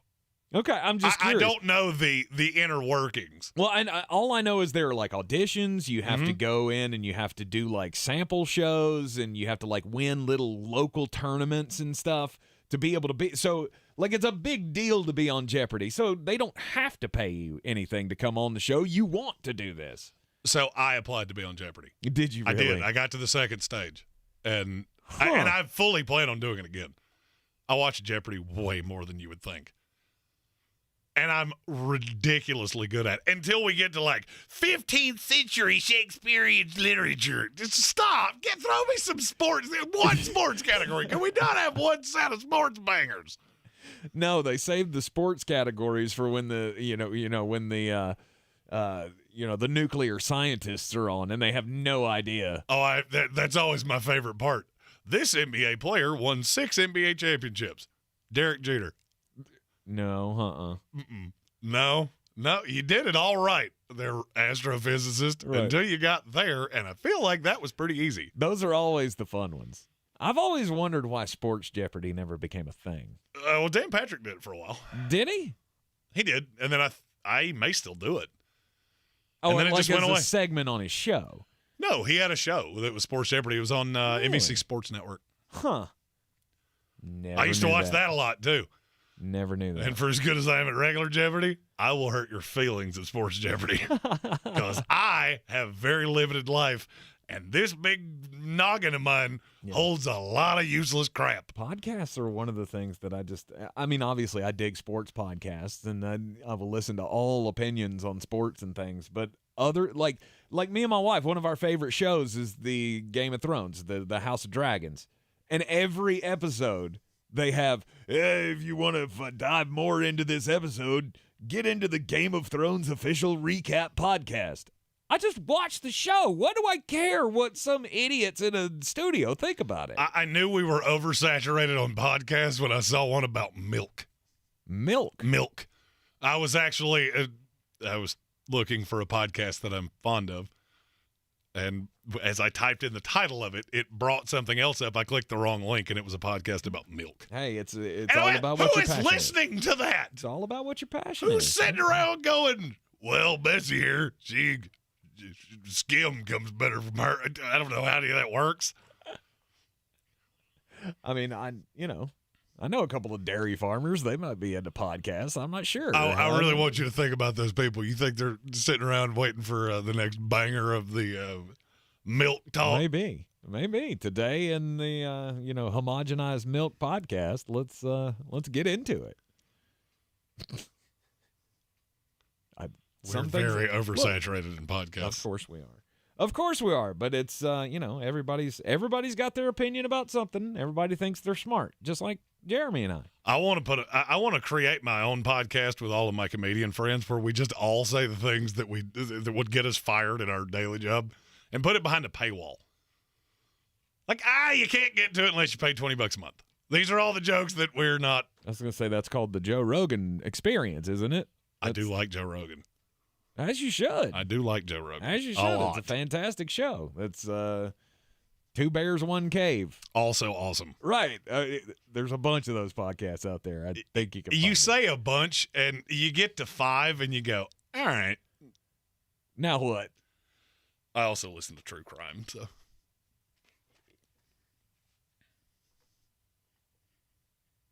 Anyhow, back to the football here in the Sportsocracy. Yes, you can catch our podcast on demand, live, right there on the iHeartRadio app each and every afternoon at 3 o'clock. Florida, Georgia. You got to talk about it. Obviously, it's the game formerly known as the world's greatest cocktail party. Why are we not allowed to call it that Because you can't. Because the PC crowd came in and was like, oh, these are college kids. We can't talk about drinking and stuff at games. Like, what do these people do in college? Right. Have you ever been to a college football game? Like, that's all it's about is drinking heavily before the game, drinking heavily at the game, and probably drowning your sorrows after the game. Frankly, at West Virginia, you had to be a solid .06 before they'd even let you into a lecture. Right. No, that's what that fight was all about. It was like, oh, it's just not couth to talk about cocktail party at a college. So then why do we not call it that? Because we don't answer to the PC crowd. I have always called it that. Oh, all right, in. Yeah. I thought there was like something offensive about it. No. It was because people get offended by everything. We just don't want to encourage drinking amongst kids that go to Georgia College. and Florida. Two huge party schools. So it is the world's largest cocktail party this weekend down in Jacksonville. And at the beginning of the season, this game looked very interesting. As the season has gone along, though, Florida's lost a bit of their steam. Georgia's still the number one team in the country, but there are some question marks about that team. Obviously, the offense is second in yards in college football. And it's still the most dumbfounding stat I think I've seen all year. Yeah, it is. But, I mean, they have their moments. And here's what I'm going to say. I don't know that they're going to be all that challenged. Oh, I do. You do? Oh, I 100% do. Florida is getting just buried because, well, your best win's a Utah team. That's very good. And since then, you've beaten Missouri, Eastern Washington, South Florida. Mm-hmm. But people don't know about the other side of that coin. Yeah, and your losses were to Tennessee, who might be the best team in the country, Kentucky, who, yes, has an ugly loss without their quarterback, and LSU. That's 6-2. Mm-hmm. This team's not nearly as bad as everybody's giving them credit for. And trust me, I am the biggest Florida – I'm a Florida State booster. I don't love Florida. But they catch a lot of smoke, and I don't understand why. They're still talented. 23 – them as a 23-point dog to this Georgia team is disrespectful. And if Billy Napier is half the coach I think he is, he has probably been beating this drum all week long, over and over and over again. Nobody respects you. Nobody believes in you. And now you got to come out and shut them up. Is this the first true test for Georgia? Sadly enough, it's probably the best team you played yet. I mean, I don't think you're in any risk of losing it. It's just, to me, it will be drastically closer than Vegas seems to think. I'm not expecting a 24-point blowout by any stretch of the imagination. Every time I see your schedule, it just makes me angry. But a good... You played Oregon, and then you could actually convince me that was a schedule from an FCS team. Yeah. Ugh. Well, I mean, there is a tough stretch coming that starts with this game. Yeah. And because next is. week you got the game of the week, which will be Georgia against Tennessee. And that, my friends, is going to be a battle for the ages. I would agree with that. And then after that, I mean, there is a pivotal game. Obviously, they're all must-wins in college football when you're this highly ranked. You can't lose a game or feel like you can't lose a game and still be where you want to be. But, I mean, they're still, Mississippi State's on that schedule. At Still Mississippi have to play State, Kentucky. at Kentucky, and Georgia Tech. Mm-hmm. Everything except for the Georgia Tech game. You go, this is must-see appointment football. Well, I mean, and the thing you have to remember is this is still a rivalry game. This is still 100%. These kids that are at Florida, they grew up either hating Georgia or maybe they wanted to go to Georgia. They didn't get the offer. Mm-hmm. I don't see this being just some track meet runaway blowout. No. I also don't think Georgia's that good. They Brock Bowers really well. Everything else is inconsistent, and that's been against nobody's. Florida still got talent. Mm-hmm. In my top 100 players, there's still 3 guys from Florida. Right. So, I mean, it's not like this is a team bereft of talent. You probably haven't seen a top 100 recruit since Oregon. Mm-hmm. The question is going to be can the Georgia defense stop the run against this Florida team?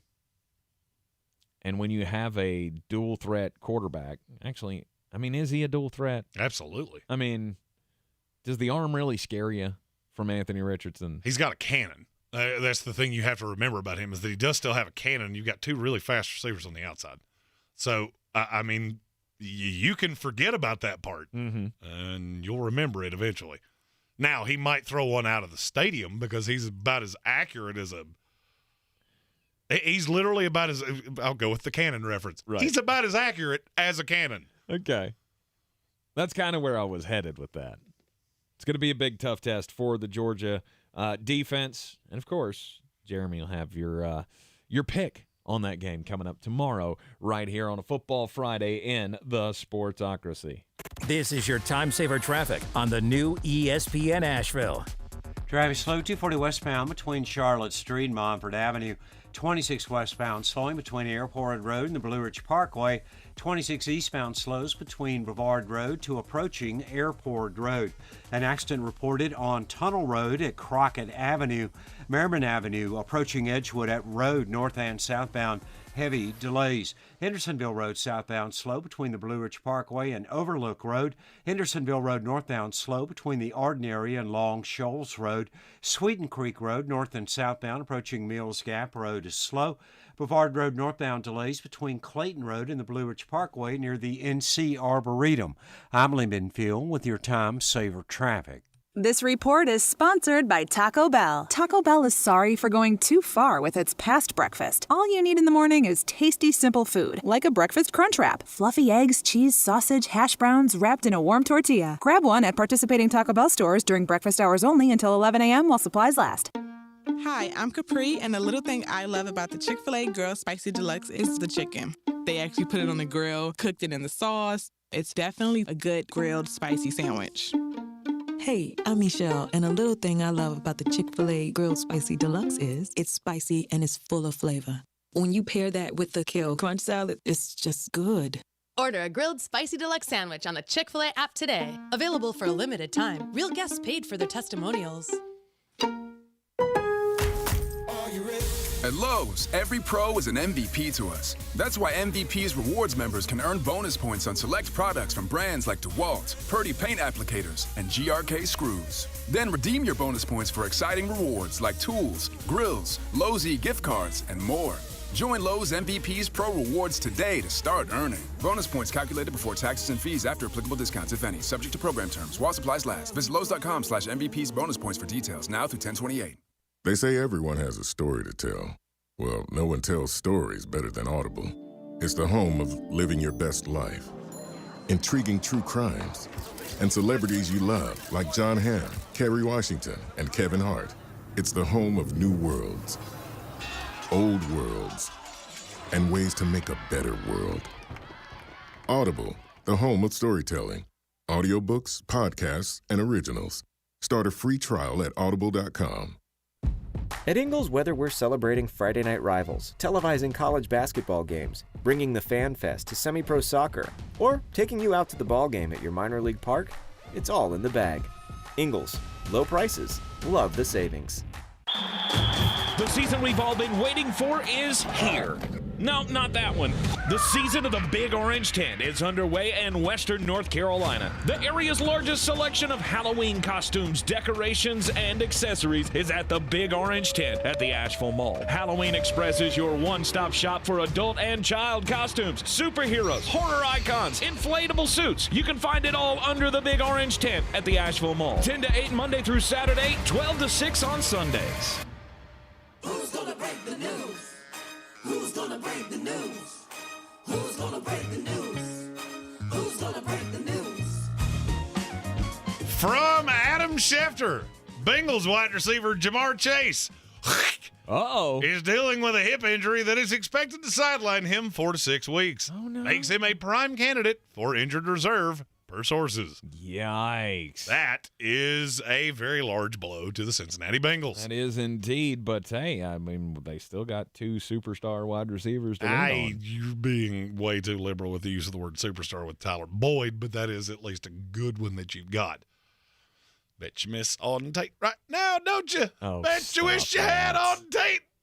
No, they don't. And I'm pretty sure he's still out there, isn't he? If somebody picked to get him up. back. He's bounced around 7 times this year already. Bad news for Jamar Chase. Fantasy owners, you want to find out what you're supposed to do with your fantasy team this week? Obviously, tune into the Fantasy Game Time Decisions podcast coming up on Sunday morning at 8:30. And we will have another one this morning. We had some slight technical issues that had to be worked out. We will have a fantasy show in the morning as well at 10 a.m. Eastern Time. All right, you are in the Sportsocracy Sports Center coming up next. This is your Exergen Temporal Scanner weather forecast on ESPN Asheville. Well, some good-looking weather unfolding for us here in Asheville. Boy, fall is definitely in the air out there. 39 degrees in the valley tonight, some mid and low 30s with elevation. Partly cloudy Friday, 62, and then mostly cloudy Saturday with a high of 60. Our next weather maker comes in for Sunday and Monday. Some rains coming in Sunday, 56. I think the showers will be ending for the Ghost and Goblins Monday, high 66, low 48. I'm meteorologist Scott Larimore. That's the latest Weather Channel forecast. This is your time saver traffic on the new ESPN Asheville. Driving slow 240 westbound between Charlotte Street and Montford Avenue. 26 westbound slowing between Airport Road and the Blue Ridge Parkway. 26 eastbound slows between Brevard Road to approaching Airport Road. An accident reported on Tunnel Road at Crockett Avenue. Merriman Avenue approaching Edgewood at Road north and southbound. heavy delays. Hendersonville Road southbound slow between the Blue Ridge Parkway and Overlook Road. Hendersonville Road northbound slow between the Arden area and Long Shoals Road. Sweden Creek Road north and southbound approaching Mills Gap Road is slow. Brevard Road northbound delays between Clayton Road and the Blue Ridge Parkway near the NC Arboretum. I'm Lyndon Field with your Time Saver Traffic. This report is sponsored by Brakes for Less. Brakes for Less is what we do. We know drums, rotors, pads, and shoes. It doesn't matter what kind of car you got. Call 888-261-STOP. All we do are Brakes for Less. Some banks can make it complicated to redeem credit card rewards. But with Discover, you can redeem your rewards for cash in any amount at any time. Talk about amazing. Learn more at discover.com/redeem rewards. Terms apply. From the Ingles Studios, this is ESPN Asheville, WPEK, W225CJ Fairview, WMXF Waynesville, and iHeart radio station. 4 to 6 weeks with a hip injury. Chase is still getting opinions about that injury and his options. Ravens and Buccaneers in Tampa tonight to start Week 8. The Bucs have lost 2 straight for the second time this season. As a starter, Tom Brady has lost 3 straight games only once in his career, and that was 20 years ago. Broncos GM George Payton still fully supports coach Nathaniel Hackett and quarterback Russell Wilson. Payton's team is 2-5. We're in it for the long haul with Russ, not the first 7 games. We believe in Russ. I believe in Russ. We just need to play better on offense, and the timing and the rhythm, and we need an identity. We really don't have an identity in offense, and I think that comes with time, and again, hopefully it comes soon. George Payton, the Broncos are the lowest scoring team in the league and have lost 4 in a row. They'll play the Jaguars in London Sunday.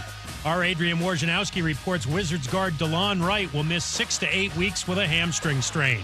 As the leaves change, leave the hiring to Indeed. Their all-in-one hiring platform helps you attract, interview, and hire candidates, all from one place. And Indeed's interview tool lets you schedule and conduct virtual interviews right from their website. Visit Indeed.com/credit. Now, your chance to win $1,000. Just enter this nationwide keyword on our website. Credit. That's credit. Enter it now. Log on now to ESPNAVL.com. And good luck from ESPN Asheville. He's a degenerate gambler. You are a smelly pirate hooker. And he's cheaper than oxygen. He's useless. But somehow, they make it work. Jeremy Greene, Tank Spencer. There's no holding back in the Sportsocracy. Presented by Ingles Supermarkets and Fred Anderson Nissan of Asheville.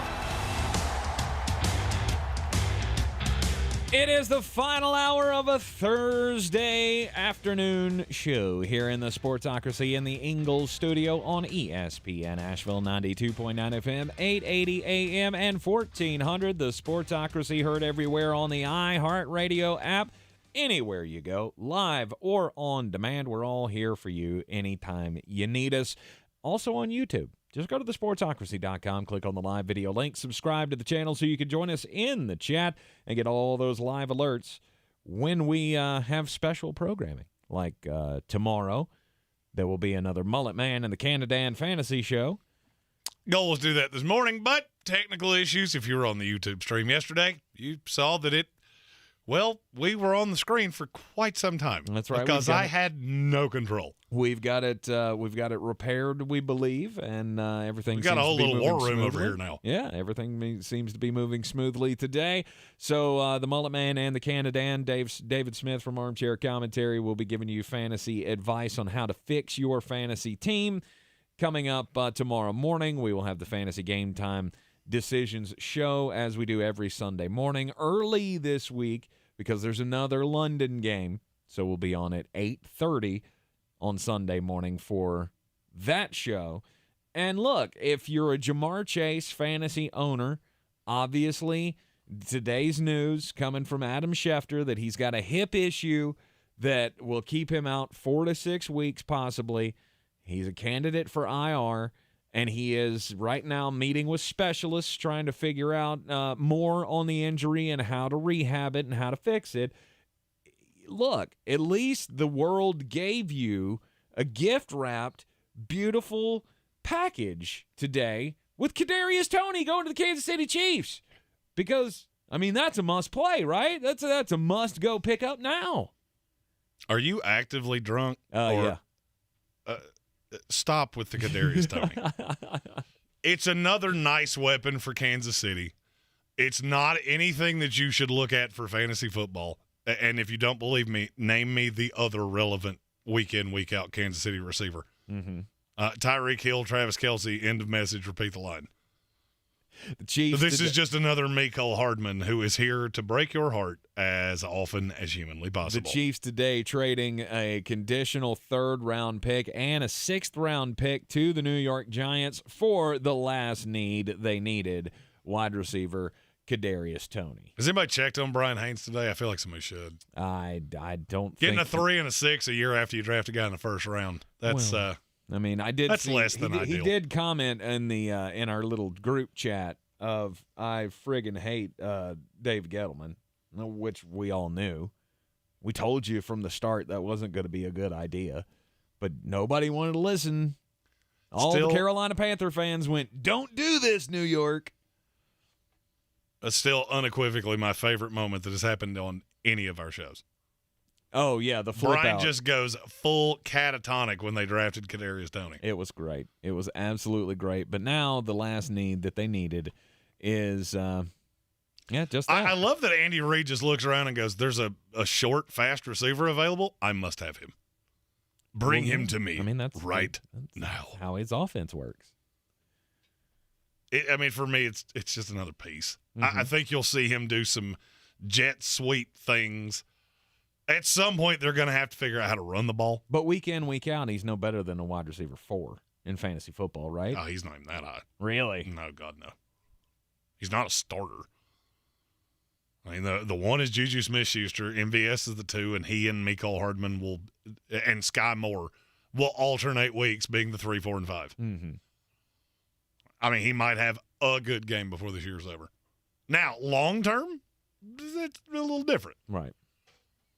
You give up a 3 and a 6 for a receiver, you feel like they have a future. So I feel like on tomorrow's Mullet Man and the Can to Dan show, there will be lots of how do we replace Jamar Chase talk. And possibly Alan Lazard.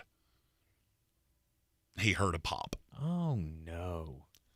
Hearing a pop So not looking likely for this week. Hopeful that it's not a long-term problem. Hearing a pop is never a good thing. I actually think he said he heard a snap, crackle, and pop. Oh, dear. I don't know what that means because we're not talking about breakfast. I was going to say, that's the only time that's good. Hearing snap, crackle, and pop is only allowed at breakfast. And now, probably without Alan Lazard, you get to go to the Buffalo Bills. Yay! That's not going to go well. It's not going to go well. That has swelled to an 11.5-point line. Mm-hmm. It's one of the things that I've seen all week long, these bold predictions for what's going to happen this week in the NFL. And so many people going out on that limb of, oh, this is the week that the Green Bay Packers and the Tampa Bay Buccaneers will turn it all around. Will it? Will it, though? I mean, we're going to get to see one of those happen tonight when Tampa hosts Baltimore. Well, I mean, my response to Tampa Bay would be, oh, wait. Maybe. Okay. Response to Green Bay would be, no. That has you get beat by a billion D written all over it. It does. It does. Anyhow, we got college football coming up this weekend. Actually, they got bangers coming up at the end of the program. Absolutely. For tonight's Pac-12 game tonight. Let's go. That's a nightcap. That has just Jeremy doesn't go to bed till 2 o'clock in the morning written all over it. Utah, Washington State. Cam Ward, Cam Rising. Let's go. On the East Coast, you got the NC State Wolfpack against Virginia Tech. Yesterday was the only day that we will not have football. Or not yesterday, day before yesterday. That we will not have football for the next 27 days. Really? We have football every single day. Wow. Because Maction starts on Tuesday. So you'll have Tuesday, Wednesday, Maction coming at ya. If you don't know why we keep saying it like that, I have, over the last 2 years, I don't remember exactly what my record is, but it's dumb. It's pretty good. It's pretty dumb. It is freakish the way he is able to pinpoint how games are going to go that you know he doesn't watch. Oh, no. I can't say that I don't watch them. Look, I'm going to level about this much as I can. There's a bar in my neighborhood. I can walk there from my house. If you ever watched How I Met Your Mother, I kind of live that. Of, hey, let's go downstairs. And there's a sports bar with 5,000 televisions around me. So, I mean, I see a lot of them. I can't tell you I'm paying great attention to them. That was kind of my point. That was kind of, he's not sitting there analyzing each and every play of Kent State Buffalo. No.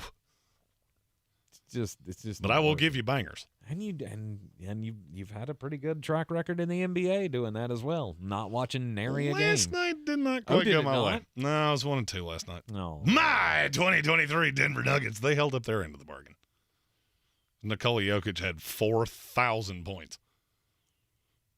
We don't talk NBA, but I just want to throw this out there because I really love irritating sports freak Brian Hall. Yeah. The Lakers are god-awful. They may be the worst team in the NBA. Oh, but they just had their best three-point shooting game of the season. Would they shoot 12%? I think it was 26. If you put every Los Angeles Laker on a shoreline and said hit water from the shoreline, 90% of them couldn't do it. Mm-hmm. Yeah, they shot, I think it was 26.8% from three-point range last night. By far, best three-point shooting performance they've had in the first 4 games of the season. College football coming up this weekend. We're talking about the best games of the weekend. We got Ohio State and Penn State, Florida and Georgia. You got a big matchup in the Big 12 as well. Number 9, Oklahoma State, takes on number 22, Kansas State. Is there room for an upset here? Can the Wildcats pull it off? They got home field advantage. No. Oklahoma State's just too good. Oklahoma State just gets no appreciation. And I don't know if it's because people just don't watch the games or because they're about as sexy as a box of Kleenexes. But that's why we don't watch. It's not palatable to watch. The TCU game was good. But other than that, there's nothing really lights your fire watching them. But the fact that Kansas State is – oh, yeah, by the way. The fact that Kansas State's a favorite in that game. Oh, that's not a joke. And Vegas may be very well just looking at the running game. Going, Oklahoma State, they didn't do well guarding against the run against TCU. And they gave up 224 yards on the ground. Texas rolled up over 200 on them as well. And then they're looking at Deuce Vaughn going, Kansas State likes to pull upsets. They're a ranked team at home. Look, they're one of the best coach teams in the country. Mm-hmm. The fact that Chris Kleinman's still in Manhattan blows my mind. But not this week. In the words of Lee Corso, not so fast, my friend. As you said, Oklahoma State's just not sexy. No, they're not. Spencer Sanders doesn't send anybody. No. If they had an outstanding player, then maybe that people would pay more attention to him. But this is just hard-nosed Midwest football, and it doesn't sell. It doesn't sell like high-flying, Ole Miss, USC. Look, this is one of those weeks where you get one game per slate. All right, this is just how this schedule has set up. We will all be watching Ohio State, Penn State in the noon window. I mean, except me, who will be watching West Virginia get just absolutely obliterated by TCU. Don't do that to yourself. 7.5-point favorite. Just throwing that out there. Yikes. I think Neil Brown said that line, like, we will keep this close. No, you will not. But you watch Ohio State, Penn State in the noon window. Flip over to Florida, Georgia in the CBS 3:30 window. Maybe keep an eye on Oklahoma State, Kansas State. And then at 7 o'clock, it's Kentucky, Tennessee. Mm-hmm. End of message. Repeat the line. Number 19. And then catch some Pittsburgh, Carolina. Number 19 Wildcats at the number 3 team in the country, the Tennessee Volunteers. Hendon Hooker has taken over college football, basically. I mean, he's the Heisman front runner beyond a shadow of a doubt. He is doing amazing things, and it's not just, it's the mobility that he has, the connection that he has with his wide receivers as well. I mean, there's There's something to this Tennessee offense. They are just relentless. Absolutely. I mean, I've said if I had a vote in the media poll, they would be my number one team in the country. Mm-hmm. Now, I would love to know what Kentucky did to Vegas and to the voters. Because I'm going to need that explained to me very slowly. If you think this is only the 19th best team in the country, I have a bridge to sell you. If you think they are 6 spots away from South Carolina, but South Carolina bit with the backup quarterback. Mm-hmm. Okay, tell the whole story there. Will Levis plays, I'm going to go out on a limb and say that would have been a little bit different. Absolutely. You want to know what Vegas thinks of South Carolina? 3.5-point favorite at home against Missouri. That should tell you everything you need to know. It's a tough team. Vegas looks at South Carolina and goes, well, that's cute. You're underselling the Tigers. That's a tough team. Yeah, they gave you everything you could handle and more. They did. So Kentucky, how can they win this game? Will Levis. Look, they've lost 2 games. Neither one of them. One, Will Levis didn't play at all. The other one, he was seriously hampered. Against an Ole Miss team that, not last week withstanding, is still very talented. And you were on the road. Kentucky's being grossly undersold. Mm-hmm. Mark Stoops is one of the best coaches in the country. I would say he's the best coach in the country that gets absolutely no love. Do they have the ability to, 1, get enough pressure to make Hendon Hooker uncomfortable, and 2, do they have the horses in the secondary to be able to hang with those receivers? That is where the upset will fall apart. Now, I think this is going to be a track meet. If you like points, this is the game of the weekend for you. Mm-hmm. I saw the over-under, and I don't give out over-under lines very often, but I saw 61 and laughed out loud. Well, is that the first half number? Because if that's full game, there will be some doubloons on that one. But Kentucky's defense is good. Yeah, and that's the best offense in the country, and it's not all that close. Mm-hmm. Cedric Tillman may play in this game, and I don't think anybody at Tennessee even cares. Jalen Hyatt, Broomcoy, it's fine. Right. We have enough. And if not, we'll find somebody else. We got 43 receivers. Mm-hmm. That game will be fun. This is a beauty's in the eye of the beholder weekend. I could see that. You've really got to find reasons to care. Mm-hmm. Well, I'm going to tell you to find me a reason to care when the Fighting Jimbo Fishers of Texas A&M host number 15 Ole Miss this weekend. If they played that game in my backyard, I would literally set my kitchen on fire. Really? To get away from it. Wow. This is how little Oxford, Mississippi media has had to ask Lane Kiffin this week, because this sets up for, oh boy, you beat Texas A&M by 704. They asked him what his favorite Taylor Swift song was. Did they really? And he wouldn't answer it. He said, I want to answer that after a win. He got so much flack from Ole Miss fans, he had to answer it on Twitter. Seriously? I would tell you what it was, but I've never heard of it before. Haters gonna hate. Oh, good Lord. It's the only one I know. I don't believe that. 100%. I believe you're telling me that. I don't believe that. 100%. It's the only Taylor Swift I song can see you. One of these days, you're going to accidentally start your car with the door open, and there's just going to be Tay-Tay just after it on your CD player. Never graced my stereo. Never. I don't believe you. You are in the Sportsocracy here on ESPN Asheville. This is your time saver traffic on the new ESPN Asheville. Traffic slow 240 westbound between Charlotte Street and Montford Avenue. 26 westbound slow between Fanning Bridge Road and the Blue Ridge Parkway. 26 eastbound light delays between Long Shoals Road and Airport Road. 40 westbound slow near George's Branch Road. Brevard Road north and southbound between Clayton Road and the Blue Ridge Parkway near the NC Arboretum is slow. Hendersonville Road southbound slow between the Blue Ridge Parkway and Overlook Road. Hendersonville Road northbound slow between the Arden area and Long Shoals Road. Sweeten Creek Road southbound stop and go between the Blue Ridge Parkway and Mills Gap Road. Earlier accident, Tunnel Road near Crockett Avenue. Some delays still remain. Merriman Avenue north and southbound near Edgewood Road. Traffic is backing up. I'm Lemon Phil with your time saver traffic. This report is sponsored by Taco Bell. Taco Bell is sorry for going too far with its past breakfast. All you need in the morning is tasty, simple food, like a breakfast crunch wrap. Fluffy eggs, cheese, sausage, hash browns wrapped in a warm tortilla. Grab one at participating Taco Bell stores during breakfast hours only until 11 a.m. while supplies last.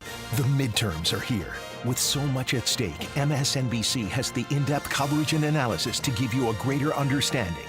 Watch coverage of the 2022 midterms, Tuesday, November 8th at 6 p.m. Eastern on MSNBC. Ingles shoppers, new Omicron COVID-19 boosters are here. Ingles Pharmacy is now offering the new and improved boosters that target the Omicron variants to patients 12 years of age and up. Stop by the pharmacy to schedule yours today or make an appointment online at www.inglesmarkets.com. If cleanliness is next to godliness, look around the car right now. Is that very godly? Look, life comes at you fast, but so does WNC Auto Detailing. They have the tools to make your interior look like it's coming off the showroom floor. You don't believe me? Check them out on Instagram. All that filth and years of stains disappear. WNC Auto Detailing does full interior and exterior details with paint correction, and they do wax and ceramic coatings. Call WNC Auto Detailing at 455-3700. Premium care with a Southern hospitality touch. Real estate isn't about properties, it's about people. I'm Clarissa Marshall with eXp Realty, your native realtor serving all of Western North Carolina. I will work hard for you, and I believe in doing the right thing every time. I market each of my listings to reach out-of-town buyers. I use a professional photographer and drone video on every single listing, as well as collaborate with agents across the country to find your buyer. Check me out online at clarissasellswnc.com or give me a call at 828-774-6343. It would be my pleasure to assist you through the real estate process. Since man created roads, they've been looking for ways to get off-road and vehicles to take them there. That's where Outlaw Off-Road comes in. A premier off-road center for Jeeps, trucks, and SUVs with a complete lineup of off-road and overland services, including maintenance and repair to make your vehicle all that it can be. Check out their location right here in Western North Carolina at 85 Avery Creek Road. Call them today at 828-974-8480 or visit them on the web at theoutlawoffroad.com. Are you ready to tackle your banking needs? Home Trust Bank's team of expert advisors and lenders want to be your teammate. We want to hear your story, learn your aspirations, and assist you with financial needs, and provide options that are tailored to you. With a wide range of personal, mortgage, and commercial services, you will discover all your banking needs under one roof with a local and personalized touch at Home Trust Bank. Score big with Home Trust Bank. Ready for what's next. Member FDIC, Equal Housing Lender.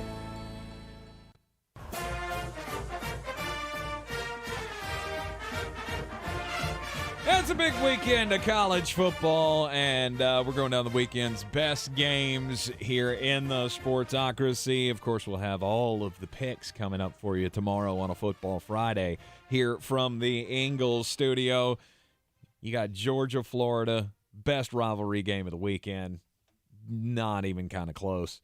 Then you got Ohio State and Penn State, and then Ole Miss and Texas A&M. Come on, man.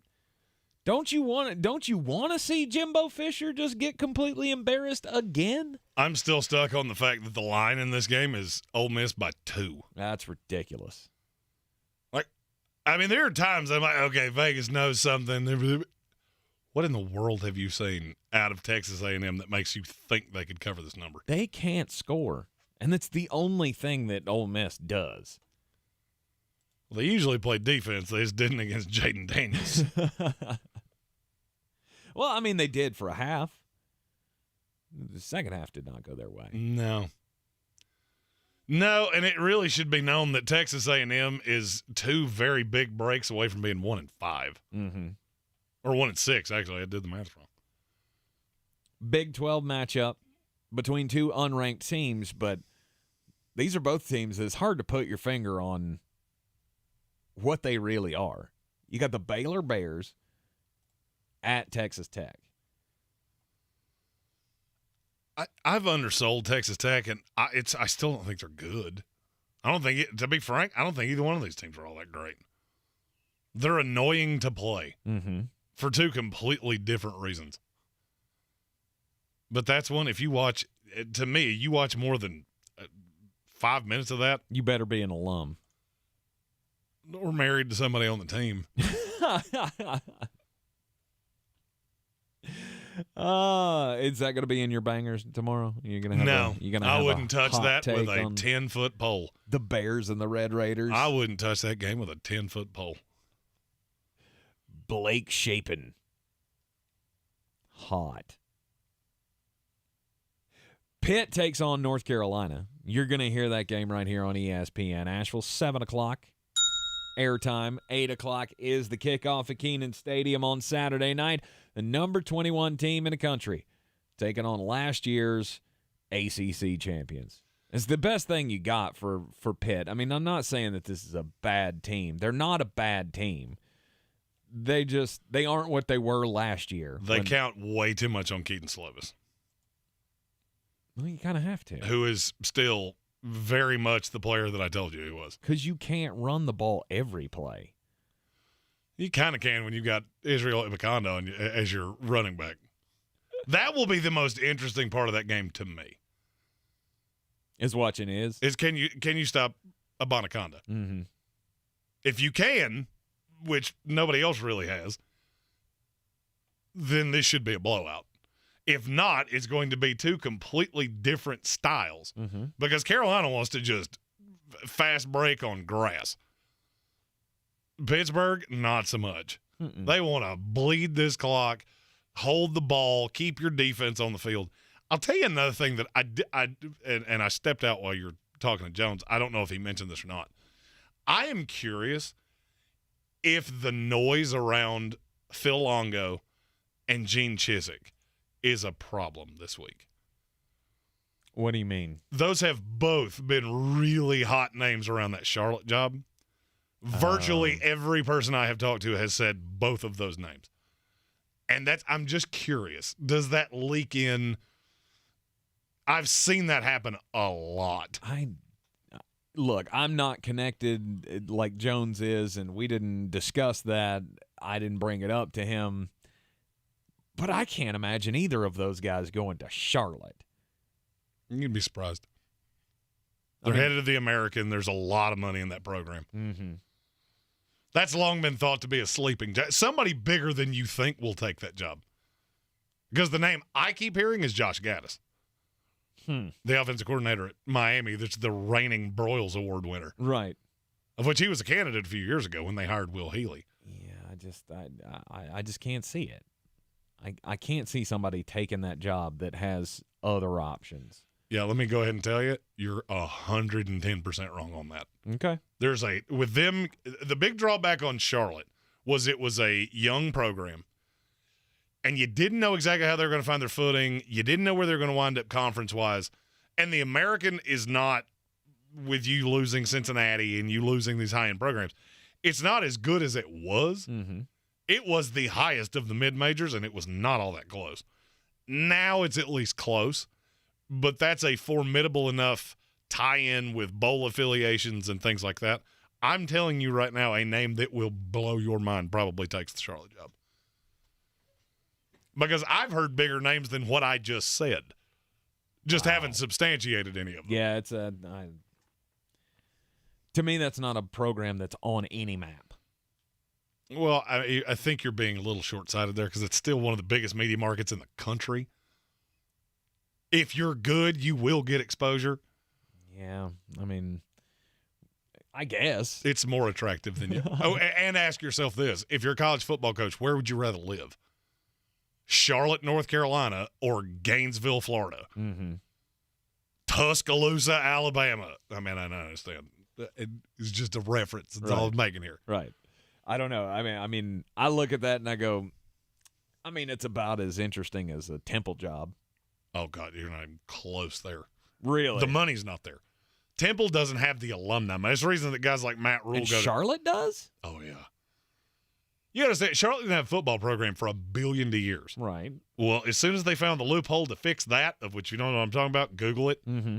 One of my best friends went to Charlotte, so I know this quite intricately. Mm-hmm. There was a whole lot of sleeping giant money just waiting to throw it. Really? Now, they weren't going to throw it at bad, but now the program has enough foothold. Yeah. Yeah, they're going to throw money at whoever this next coach is. Yeah, no, I don't think the noise from the Charlotte job is going to seep you into say the that, locker room. I've seen that happen so many times. Of you start hearing that, and then they don't just shut it down.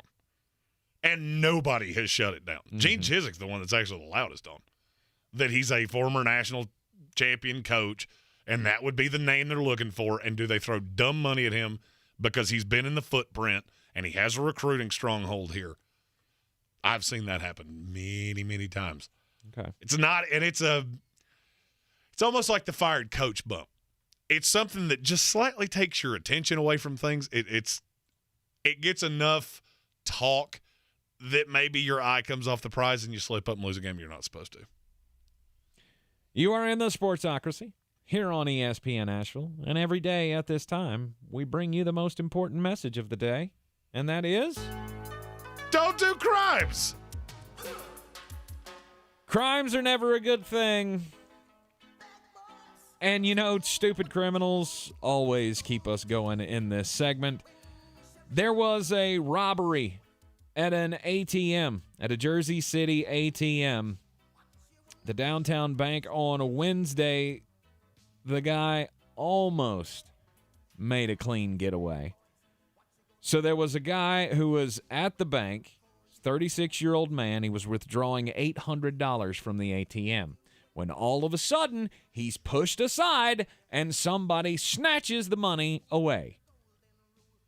Now, there's no way to tell who this person was. They didn't catch their face on any of the cameras that were around. So it seems like the perfect crime, right? You get away with $800 and nobody's got any clue who you are.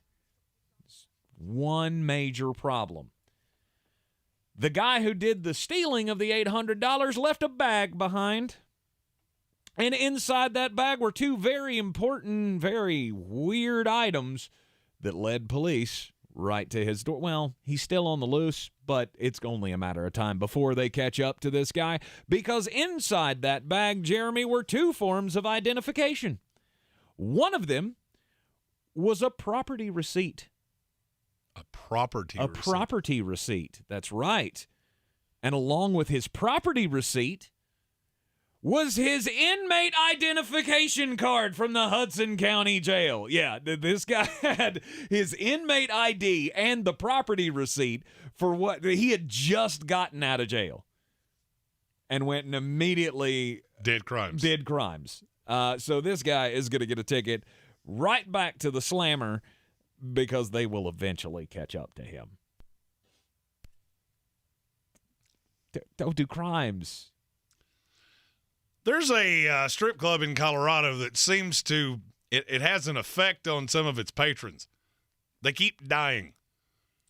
That's not good. In 2019, 48-year-old Kroger executive, lost the name, his last name's Wright, Randall Wright, got into an altercation in the establishment, was chased through the club by bartender Derek Hendricks, and his family alleges he was put into a dangerous chokehold and subsequently died. So there's a lawsuit that has been filed that's getting ready to go to trial. They are alleging $5 million in damages for Shotgun Willie's. That is actually the name of it. I didn't make that up. It's Shotgun Willie's. So Shotgun Willie's has a legal dream team, 5 defense attorneys. Okay. One of them was 70-year-old. Lost his name, too. Make the print on these stories bigger, Steve Long. 70 years old. Well, earlier this week, Mr. Long was in the club enjoying the wares, enjoying the things as you do. In the story, it specifically says he was playing cards with one of the entertainers, and he got a little intoxicated. Maybe too many domestic lights for old Steve. As you do. So one of the employees was going to take him home. At some point, something changed, and they decided to let him sleep it off in his car, but they checked on him every few minutes. I'm just going to tell you, as somebody that's spent as much time in bars as I have, that's the weirdest part of this story. So you're going to take him home, and then you went, no, I don't like where this is headed, so we're going to put him in his car. Just let him sleep it off there. Well, only one problem. He died. He died in his car. He succumbed to alcohol poisoning. And so now, this is the second death in your club in 3 years. Mm-hmm. And now the legal team is asking for a continuance because the lawyer died. And it was granted to March. This has been 3 years they've been waiting to do this. 2 weeks before the trial starts, the lawyer dies. Maybe stop going to shotgun willies. Yeah. I mean, it has a rather inviting sign with a gigantic shotgun on it. Oh, I'm sure it does. It literally. Do they also do weddings? Possibly. On their sign, it says they have a special of a $20 cover. You get your bachelorette party and your wedding all at Shotgun Willie's. And you might die. And you may or may not leave with alcohol poisoning. You might live to tell the tale. Interesting. Don't do crimes. A lot of crimes happening at old Shotgun Willie's. Yes, indeed.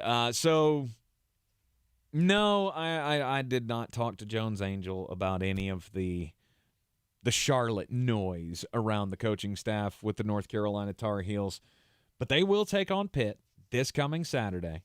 7 o'clock airtime here on ESPN Asheville. Kickoff at 8 o'clock.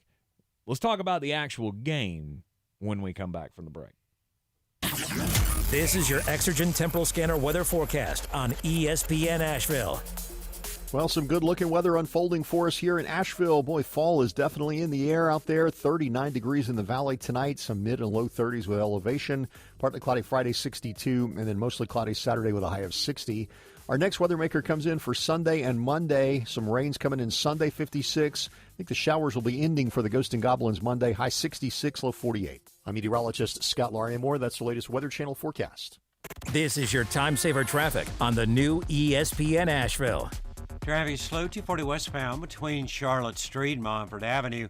26 westbound slow between Fanning Bridge Road and the Blue Ridge Parkway. 26 eastbound light delays between Long Shoals Road and Airport Road. 40 westbound slow near George's Branch Road. Bavard Road north and southbound between Clayton Road and the Blue Ridge Parkway near the NC Arboretum is slow. Hendersonville Road southbound slow between the Blue Ridge Parkway and Overlook Road. Hendersonville Road northbound slow between the Arden area and Long Shoals Road. Sweeten Creek Road southbound stop and go between the Blue Ridge Parkway and Mills Gap Road. Earlier accident, Tunnel Road near Crockett Avenue. Some delays still remain. Merriman Avenue north and southbound near Edgewood Road. Traffic is backing up. I'm Lemon Phil with your Time Saver Traffic. This report is sponsored by eBay Motors. You might not have the biggest garage on the block, but with eBay Motors, there's 122 million parts right at your fingertips. Whatever you need, there's something that fits your vehicle. Air filters, tires, seat covers, and more. Get the right parts at the right prices. ebaymotors.com. Let's ride. I love mornings, which is a good thing since the Today Show starts early. We're here to give you the best start. You get the news, learn something new, and even get a little boost. We begin our day so you can take on yours. Watch the Today Show every morning on NBC. He's got the 10, 5, up the middle, touchdown, Panthers! The Panthers look to go to 3-0 in the NFC South. Carolina heads down I-85 to take on Atlanta. Kickoff comes your way at 1 p.m. The pregame starts at noon on the Carolina Panthers radio network. Panther football, live all season long on News Radio 570 WWNC. Everyone's heard about the housing market and this being the best time to sell a house in years. But the same thing applies to cars. Whether you're looking to buy a car, trade in, or sell that car in the driveway collecting dust, Fred Anderson Nissan of Asheville wants to buy your car. They have 2 on-site managers that work with Kelley Blue Book to give you top dollar for your vehicle. You can even have your car appraised instantly at AndersonNissan.com. Stop in and visit them today at 629 Brevard Road in Asheville or call them at 828-365-1663. The season we've all been waiting for is here. No, not that one.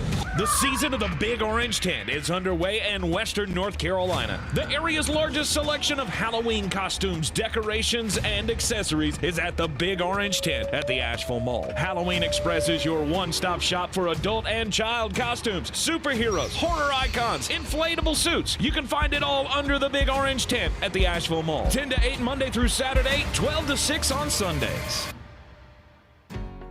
Ahoy, matey! At Ingles, our extensive seafood department offers a huge variety. From your local catch to flavors from around the world.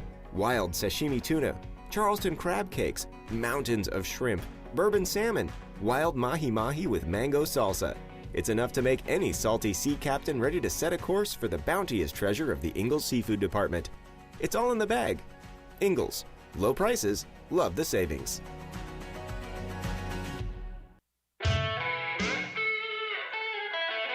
The Sportsocracy. Pull up your pants, take off the bra, and be a man!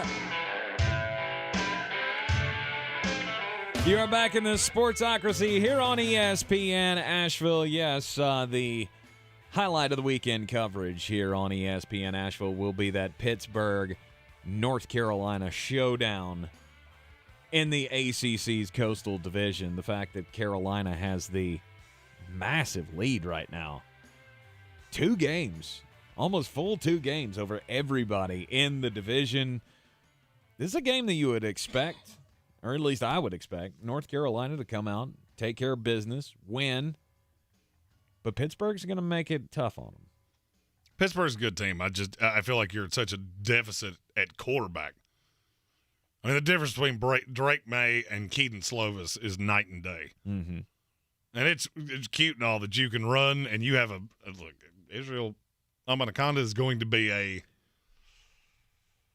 onomatopoeia. What was that? What did you just say? Abanaconda? Okay. He'll be a late day 2, early day 3 pick. He's a very talented player. Mm-hmm. But if you really dive into who they've been doing that to, I mean, look, Carolina's defense is not phenomenal. No. But you get behind, and that very much takes that away. Absolutely. You get into a track meet, which is what every game with North Carolina probably is going to end up being.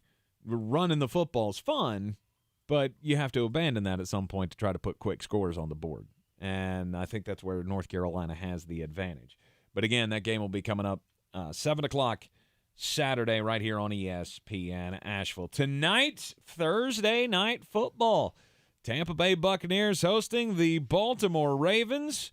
Looks like Gus Edwards, Rashad Bateman, and Mark Andrews will all be up for the Ravens. All right. Hey, and Julio Jones comes back for your team. Yeah. Yay! And no one cares. I'm sorry. I'm just so dejected by what I've seen on the field, and how can you blame me? I personally can't blame you. I'm very lost at what Vegas is seeing here. Somehow Tampa Bay is a 2-point favorite at home. Well, I mean, you also got to understand this started as a 1.5-point Baltimore lean. So this has moved 3.5 full points. That's a ton.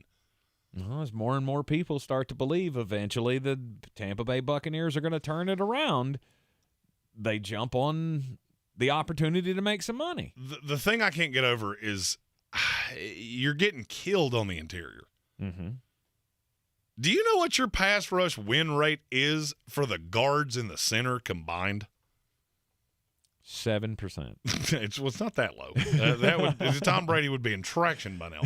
It's 87%. League average is 92.5. I mean, that's painfully low. Mm-hmm. And I just look at Baltimore, and none of this makes any sense. To me, this line should have gone up for Baltimore, which means somebody's seeing something. I just can't figure out what it is. You stay behind the chains. That has been the biggest problem for Tampa Bay. First and second down, you're 5th in the league in most no gain or loss yardage run plays in the NFL. And why? Because Leonard Fournette's not very good, and neither is your line. Exactly. And yet, but we're still, you demand on that. We just got to, first, second down, those are running downs. We got to establish the run. It's the old Todd Bowles offense. Run, pass, punt. Mm-hmm. And it puts you in, you run the ball on first and second downs, put you in third and longs, and then Tom's got to figure out how to make something happen for at least 7 to 10 yards on one play, and he's got 1.6 seconds to throw the ball. It's a recipe for disaster over and over and over again. And I get Baltimore's not the pass rush demon that you would want them to be, but they're still gonna be able to get pressure. They're still gonna be able to get home probably. The one thing that I look at here is if you just completely abandon the run and you say, you know what, we Tom Brady well. Mm-hmm. Marlon Humphrey might be able to take out Mike Evans. But I feel like Chris Godwin is going to have one of those games before it's all said and done. Russell Gage is back. Julio Jones is back. Not that I largely think that matters. Cade Otton is still a player that I believe in. I think he adds an element to that offense. And this just might be one of those nights where Brady comes out and throws it 50 times. Mm-hmm. And if that's the case, I actually think you have a chance to win. And I would look for him to get Julio involved. He's been, he was his favorite guy in the preseason. And I think it's going to, he's going to get him involved. It's much like the Antonio Brown thing last year. He makes it a point to get everybody involved. The thing that I can't get away from is how bad Tampa has actually run the ball. Your EPA per run, so your estimated points added per run, you lose a third of a point every time Leonard Fournette runs the ball. Mm-hmm. That's almost hard to believe. I don't know that I've ever seen a number that high. Well, it's because teams are getting the push up front, and they're meeting him in the backfield. My belief here is that what Vegas is seeing, and I've gone down every rabbit hole humanly possible, is that with the Giselle news coming out, and you're going to take the journey with me, of Tom just goes in this week and goes, I am the captain now. We are doing this my way. Because if you want to beat Baltimore, the way to do it is by playing Tom Brady football. Mm-hmm. Drop back, get the ball out of your hand quick, get into the back half of that defense, let your playmakers make plays. Now, if you think you're going to sit back there and run 5-7-step drops with Tom Brady, good luck. I don't care who you play. I don't care how bad the Baltimore pass rush is. The interior of that line has been so bad, you can't stop anybody. Carolina eviscerated you. Mm-hmm. So I don't think that's the path. But if you get back to those simple 3-step rub routes, intermediate stuff into the slot, I could actually see I could see this going the way that Vegas thinks. I don't. I told Cowboy John Roten, I ran into him in the hall earlier, and he asked me what I thought happened tonight. And I'm going to give my pick after the break. Mm-hmm. I said, look, this is the 6th game this year where Vegas has thrown out a number that makes absolutely no sense. And then it's gone a field goal the other way to make even less sense. I have mentioned every single one of them on this show and said, I feel like Vegas is telling me to take blank even though it doesn't make sense. I have done it 0 times, and I would have been 5-0. Mm-hmm. So now it's a battle of wills of, does my common sense win out, or does the fact that Vegas has screamed this at me win out? And after the break, I'll tell you which one it is. Here in the Sportsocracy on ESPN Asheville. This is your time saver traffic on the new ESPN Asheville. Drive slow, 240 westbound between Charlotte Street and Montford Avenue. 26 westbound slow between Airport Road and the Blue Ridge Parkway. 26 eastbound delays between Long Shoals Road and Airport Road. 40 westbound is slow between the Smoky Park Highway and Georges Branch Road. Future 26 westbound is slow approaching Elk Mountain Road. Merriman Avenue, north and southbound, approaching Edgewood Road. Heavy delays both directions. Near Avery Creek, Bavard Road north and southbound, near Long Shoals Road is slow. Again, Bavard Road northbound slow between... This report is sponsored by Pfizer and BioNTech. Charging a cell phone can be like getting a booster shot. A booster is given to enhance or restore protection after a primary series vaccination, which wanes over time. Schedule an appointment when you are eligible. Sponsored by Pfizer and BioNTech. The new Google Pixel 7 Pro is super, especially when it's on Verizon, the network America relies on. It's supercharged, super powered, and a super... deal. You know it. Now, switch to Verizon and get the Google Pixel 7 Pro on us with select trade-ins and select 5G unlimited plans. That really is super. Yep. There's never been a better time to switch to Verizon. $899.99 device payment purchase with new smartphone line on select 5G unlimited plans required. $200 Verizon e-gift card with ported. Less $700 trade-in/promo credit applied over 36 months. 0% APR. Trade-in conditions and additional terms apply. Rogue Combat Club, Asheville's home for comprehensive martial arts training, has a goal for our community, one that's stronger, more fit, and unwavers in its support of one another. Rogue Combat Club's instructors have competed at the highest levels and offer classes for everyone from young children to adults in Brazilian Jiu-Jitsu, Muay Thai, and wrestling. Rogue Combat Club classes can help you boost your self-confidence and self-defense skills while weeding out the egos and intimidation found at other gyms. Join today at roguecombatclub.com. At Ingles, whether we're celebrating Friday night rivals, televising college basketball games, bringing the Fan Fest to semi-pro soccer, or taking you out to the ball game at your minor league park, it's all in the bag. Ingles, low prices, love the savings. Are you ready to tackle your banking needs? Home Trust Bank's team of expert advisors and lenders want to be your teammate. We want to hear your story, learn your aspirations, and assist you with financial needs, and provide options that are tailored to you. With a wide range of personal, mortgage, and commercial services, you will discover all your banking needs under one roof with a local and personalized touch at Home Trust Bank. Score big with Home Trust Bank. Ready for what's next. Member FDIC, Equal Housing Lender.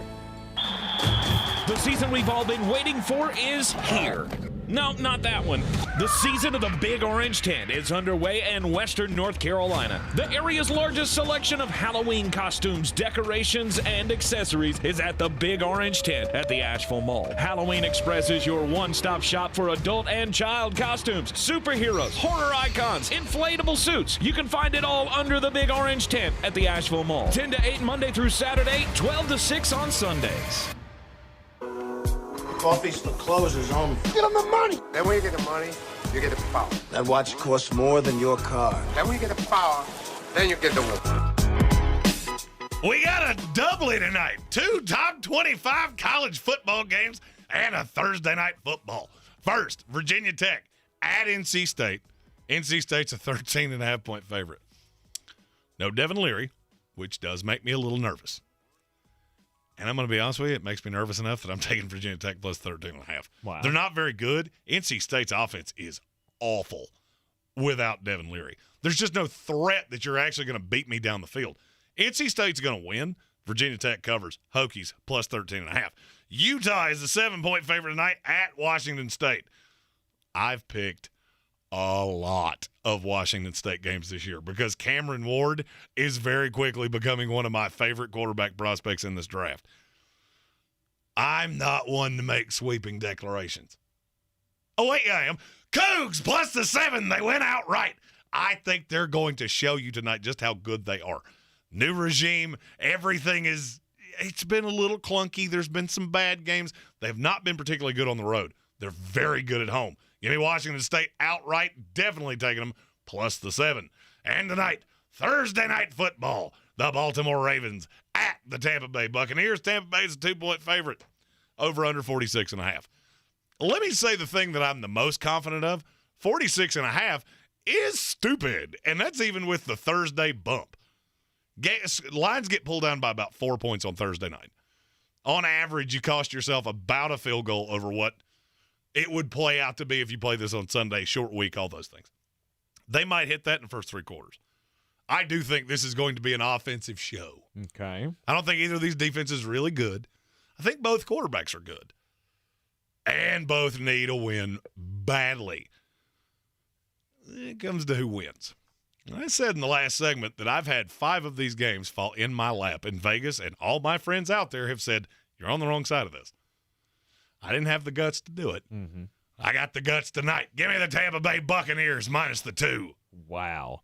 You can take those wagers over to betus.com and use the promo code SPORTSOCRACY. Get a 125% deposit bonus on whatever you put into the account, up to $2,500. See, this is why Jeremy gives you the picks and I don't give you the picks. Because if it were me, I would go under a lot. Oh, yeah, the under's a sucker play to me. No, I mean, I'm not telling you that the under may hit. Yeah. Trust me, sucker plays hit all the time. And then aggressively on the Baltimore Ravens +2 because they could win this game by 14. I mean, I could see this game being 20-3, much like the Carolina Panthers game was. Tampa Bay has lost my confidence, and I'm going to have to see some miracle Tom Brady turnaround to believe it. So the over-under, you're about 50-50 in terms of cash. It's a little higher on the over. Mm-hmm. Do you know what percentage of tickets are on the over? 27%. That tells you that the big hitters, the Jeremys of the world, are aggressively on the over. I hope so. I haven't talked to a sharp all week that has not said over in the Thursday night game. Mm-hmm. Now the other side, see it. Brothers don't shake hands. Brothers gotta hug. That scared me to death. I almost said a wordy dirt right there because that scared me senseless. That's hilarious. Forgot that was a little element on the YouTube, and if it's activated, it comes through the headset. That's right, it is. Whew, that tested the old BP because if it was a little higher, I'd be in the floor right now. And Jeremy almost pedaled himself. I did. Right on the air. I did. This is just one of those games that doesn't make sense. We've had a ton of them on Thursday night. I have been brutally bad on Thursday night for one very simple reason. I go too much common sense. If common sense bets really paid off for you, Vegas wouldn't have gold fixtures. There's a reason they do. Mm-hmm. I said this with Washington Green Bay last week. Every sharp I knew was on Washington. I could not for the life of me figure out why. I can't really figure out why so many people are on Tampa Bay tonight, other than it's Tom Brady. It's a defense that has really struggled against things over the top. And Mike Evans, anytime touchdown scorer. You want free money? Take that to betus.com because I will promise you Mike Evans gets in the end zone tonight. And probably early. And this is why I don't gamble. Because this is a game that I would be willing to bet my house that Tampa Bay just doesn't show up. It continues to be listless, and it's going to be god-awful. Well, I thought the number was going to be markedly different from what it was. You got to remember the home-away split.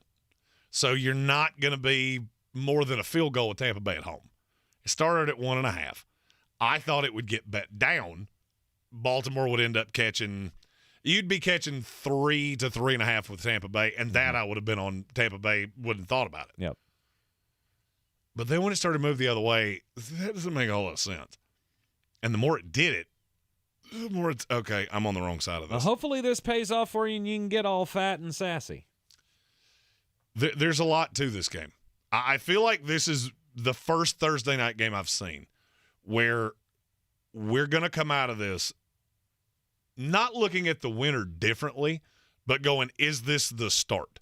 Is this where we really start to see them turn the corner and be the team that we expect them to be?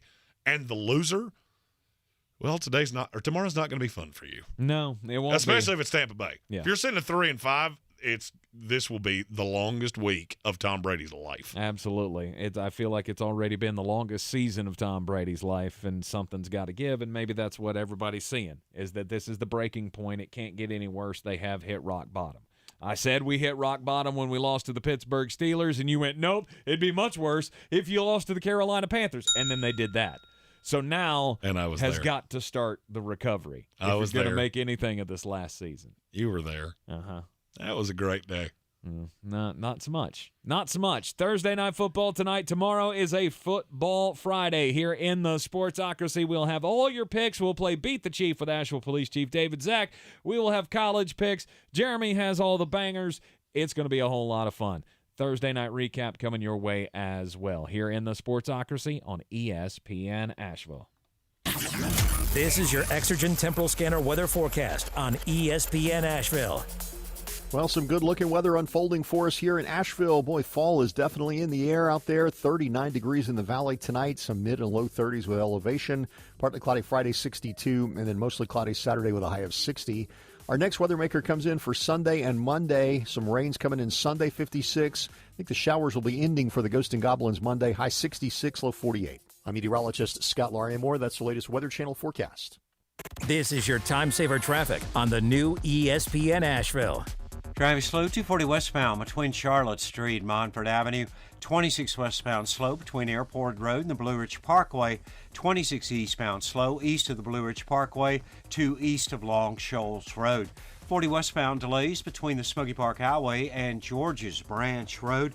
Merriman Avenue north and southbound approaching Edgewood Road. Heavy delays. NC 191 north and southbound. Heavy delays in the Twin Brooks area near